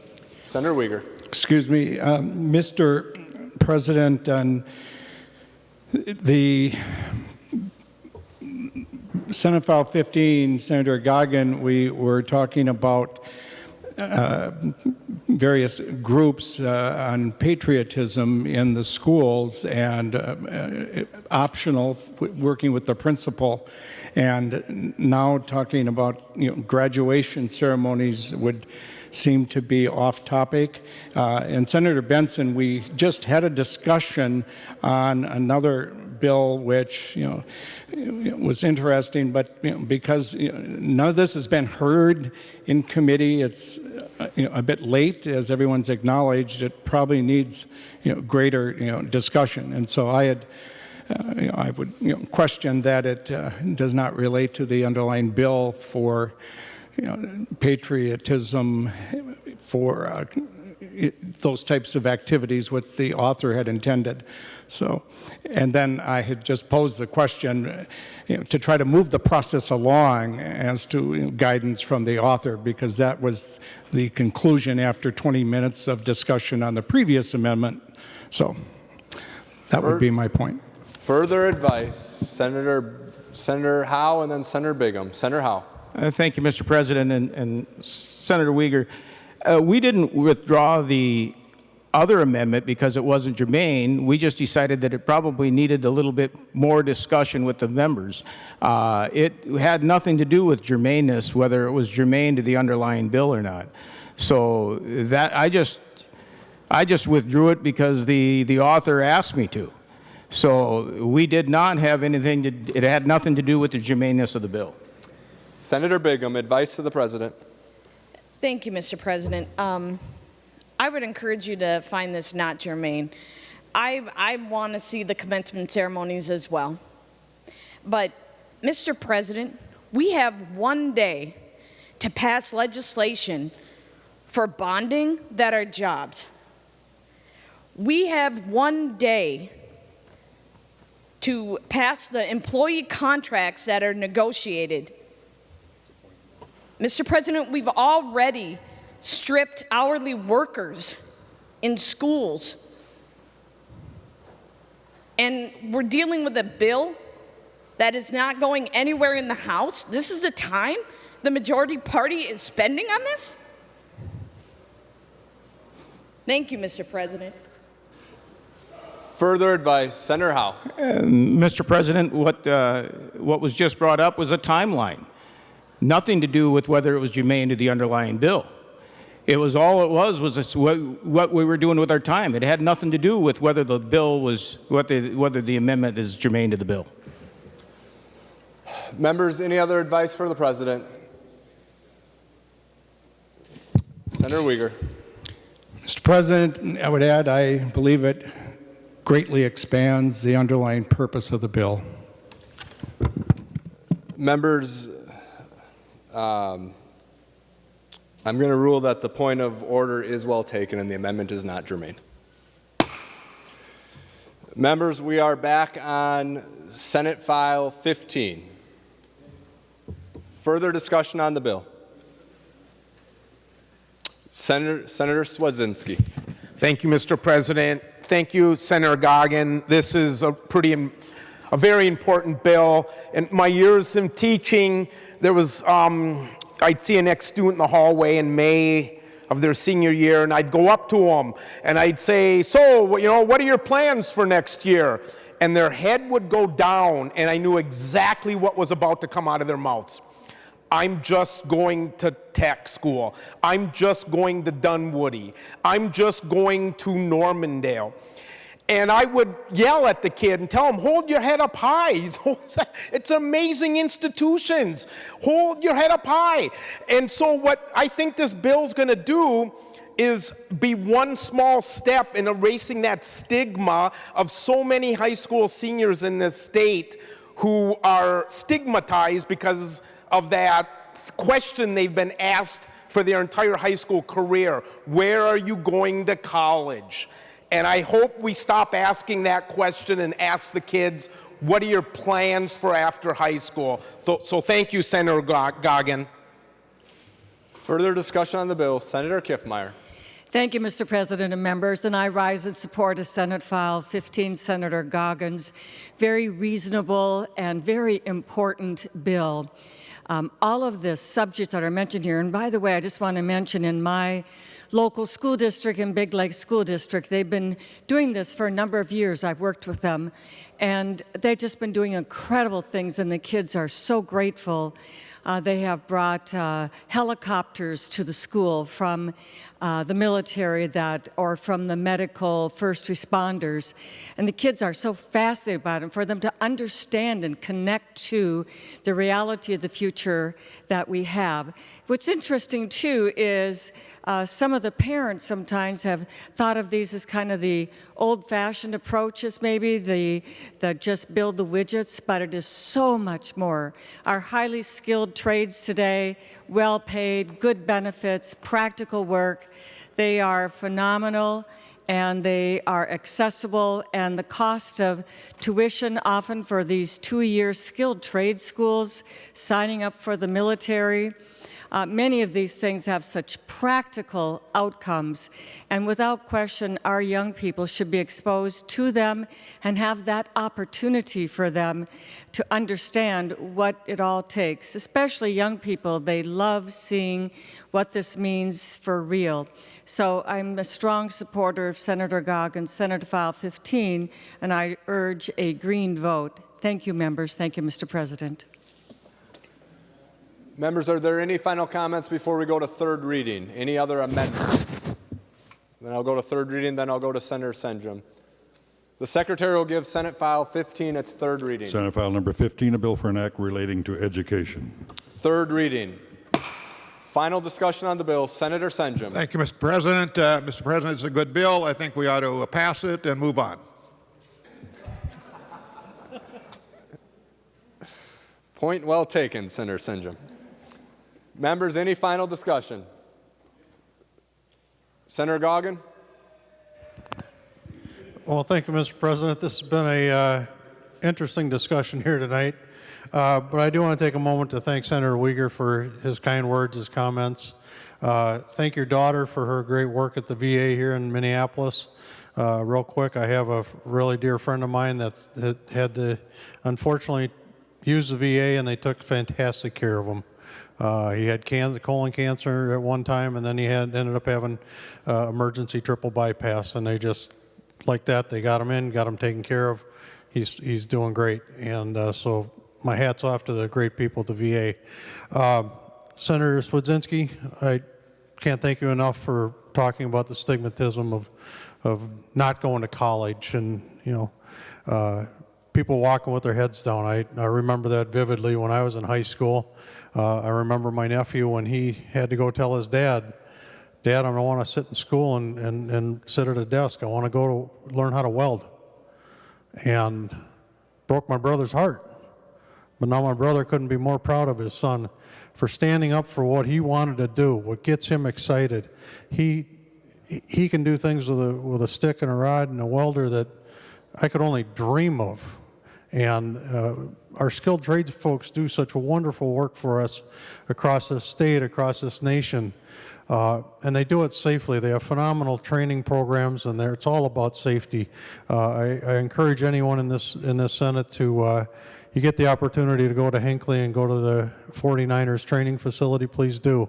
Or just go over here to St. Paul. Go check out the IBEW folks or the Carpenters training facility. They're phenomenal, and it's just an incredible career. I have a really dear friend out in Colorado. One got his 2-year electrical certifications, became a master electrician. He's got a great business out in Denver right now. So it's all, as Senator Uyghur said, the drive, the ambition to really go out and succeed. That's all part of this. It's just not, hey, I got 4 years of the pedigree and I got a piece of paper that says I made it through 4 years of college. These folks are going out there because this is something they really want to do. And anymore, I'm an all of the above. I want to give all of our kids an opportunity to learn what's available to them. And they just might find something that they had no idea that they were interested in. And the more we can give them those opportunities to have that presented to them, I just think we're going to have a much greater future and a lot the kids are going to be great leaders going forward. And so with that, Mr. President, thank you so much for the great conversation tonight. And please vote green on this bill. Thank you. Members, we're on final passage of Senate File 15. Senator Westrom, are you approaching the microphone? Whew. All right. Seeing no further discussion, the Secretary will take the roll.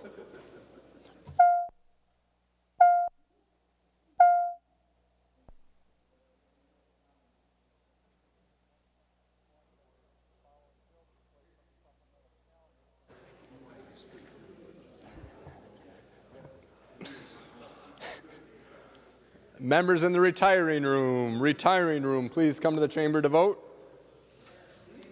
Members in room 303, please make your way to the chamber to vote.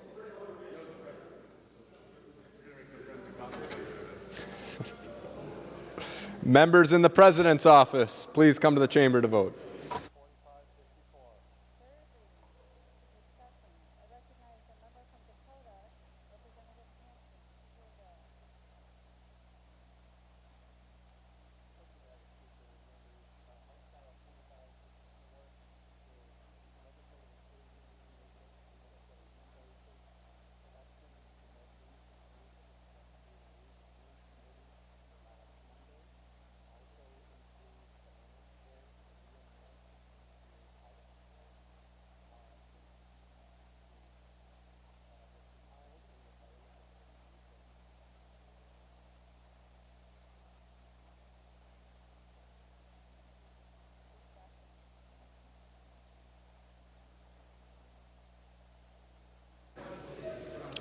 Members in room 323. Room 323, please come to the chamber to vote. Members in 237. 237, please come to the chamber to vote. And members in 206, room 206, please come to the chamber to vote.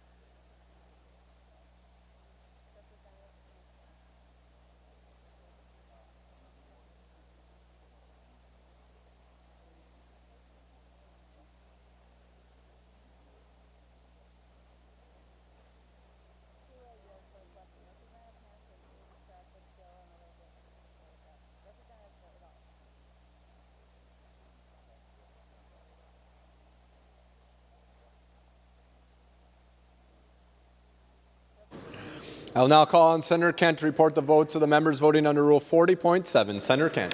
Thank you, Mr. President.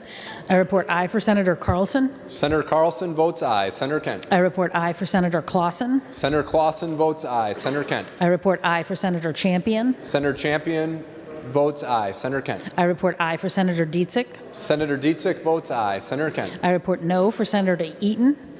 Senator Lane votes no. I report aye for Senator. I'm sorry. Hold on. Let me start over here. Members, we're having a very hard time hearing up here. If you have conversations, please take them outside the chamber, especially during this roll call vote. Okay, Senator Kent, much better. Senator Kent. Thank you, Mr. President. I report no for Senator Eaton. Senator Eaton votes no. Senator Kent. I report aye for Senator Franzen. Senator Franzen votes aye. Senator Kent. I report aye for Senator Frentz. Senator Frentz votes aye. Senator Kent. I report aye for Senator Klein. Senator Klein votes aye. Senator Kent. I report no for Senator Lane. Senator Lane votes no. Senator Kent. I report aye for Senator Latz. Senator Latz votes aye. Senator Kent. I report aye for Senator Little. Senator Little votes aye. Senator Kent. I report aye for Senator Newton. Senator Newton votes aye. Senator Kent. I report no for Senator Rest. Senator Rest votes no. Senator Kent. I report aye for Senator Sparks. Senator Sparks votes aye. Senator Kent. I report aye for Senator Torres Ray. Senator Torres Ray votes aye. Senator Kent. I report aye for Senator Wickland. Senator Wickland votes aye. I'll now call on Senator Benson to report the votes of the members voting under Rule 40.7. Senator Benson. Thank you, Mr. President. Senator Anderson B. votes aye. Senator Anderson B. votes aye. Senator Benson. Senator Dames votes aye. Senator Dames votes aye. Senator Benson. Senator Hall votes aye. Senator Hall votes aye. Senator Benson. Senator Newman votes aye. Senator Newman votes aye. Senator Benson. Senator Rosen votes aye. Senator Rosen votes aye. All members having voted who have the desire to vote, the Secretary will close the roll. There being 64 ayes and 3 nays, the bill is passed and its title agreed to. Remaining under motions and resolutions will revert to the reports of committees. The Secretary will read the committee reports. Senator Gazelka from the Committee on Rules and Administration, to which was referred under Joint Rule 2.03, together with a committee report thereon, Senate File Number 4500, a bill for an act relating to public health. Reports the same back with the recommendation that Joint Rule 2.03 be suspended for all further proceedings on Senate File Number 4500, and that the report from the Committee on Health and Human Services, Finance and Policy, shown in the Journal for May 15, 2020, be amended to read, the bill be amended, and when so amended, the bill do pass and be re-referred to the Committee on Rules and Administration. Senator Senjum from the Committee on Capital Investment, to which was referred Senate File Number 3463, a bill for an act relating to capital investment. Reports the same back with the recommendation the bill be amended as follows: delete everything after the enacting clause and insert, and when so amended, the bill do pass. Senator Benson. Mr. President, I move that the committee reports read by the Secretary be adopted. On that motion, all in favor say aye. Opposed say no. We'll take a brief pause to gather the votes of members in alternate locations.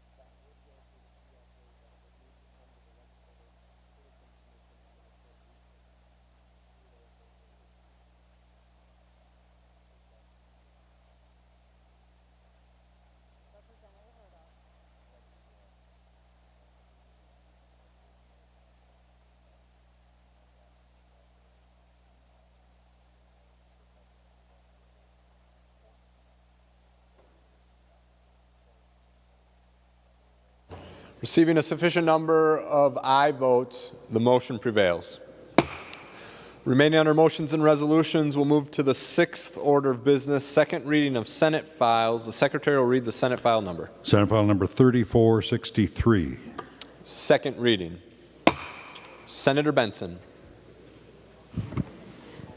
Thank you, Mr. President. Would a motion to recess be okay? Thank you, Mr. President. Under announcements of Senate interest, I'd like to announce that we'll be recessing for approximately an hour. GOP members to meet in room 1200 or via Zoom. When we return, it is our intention to take up Senate File 4564, which is local use of federal funds, and House File 2796 would be the contracts. And with that, Mr. President, I move that we recess to the call of the President. Senator Kent. Thank you, Mr. President. The DFL caucus will be caucusing shortly. Please watch your emails for details to connect. Thank you. Members, any other announcements? Senator Benson renews her motion that the Senate recess to the call of the President, approximately 1 hour. All those in favor say aye. Opposed say no. Motion prevails. The Senate is in recess.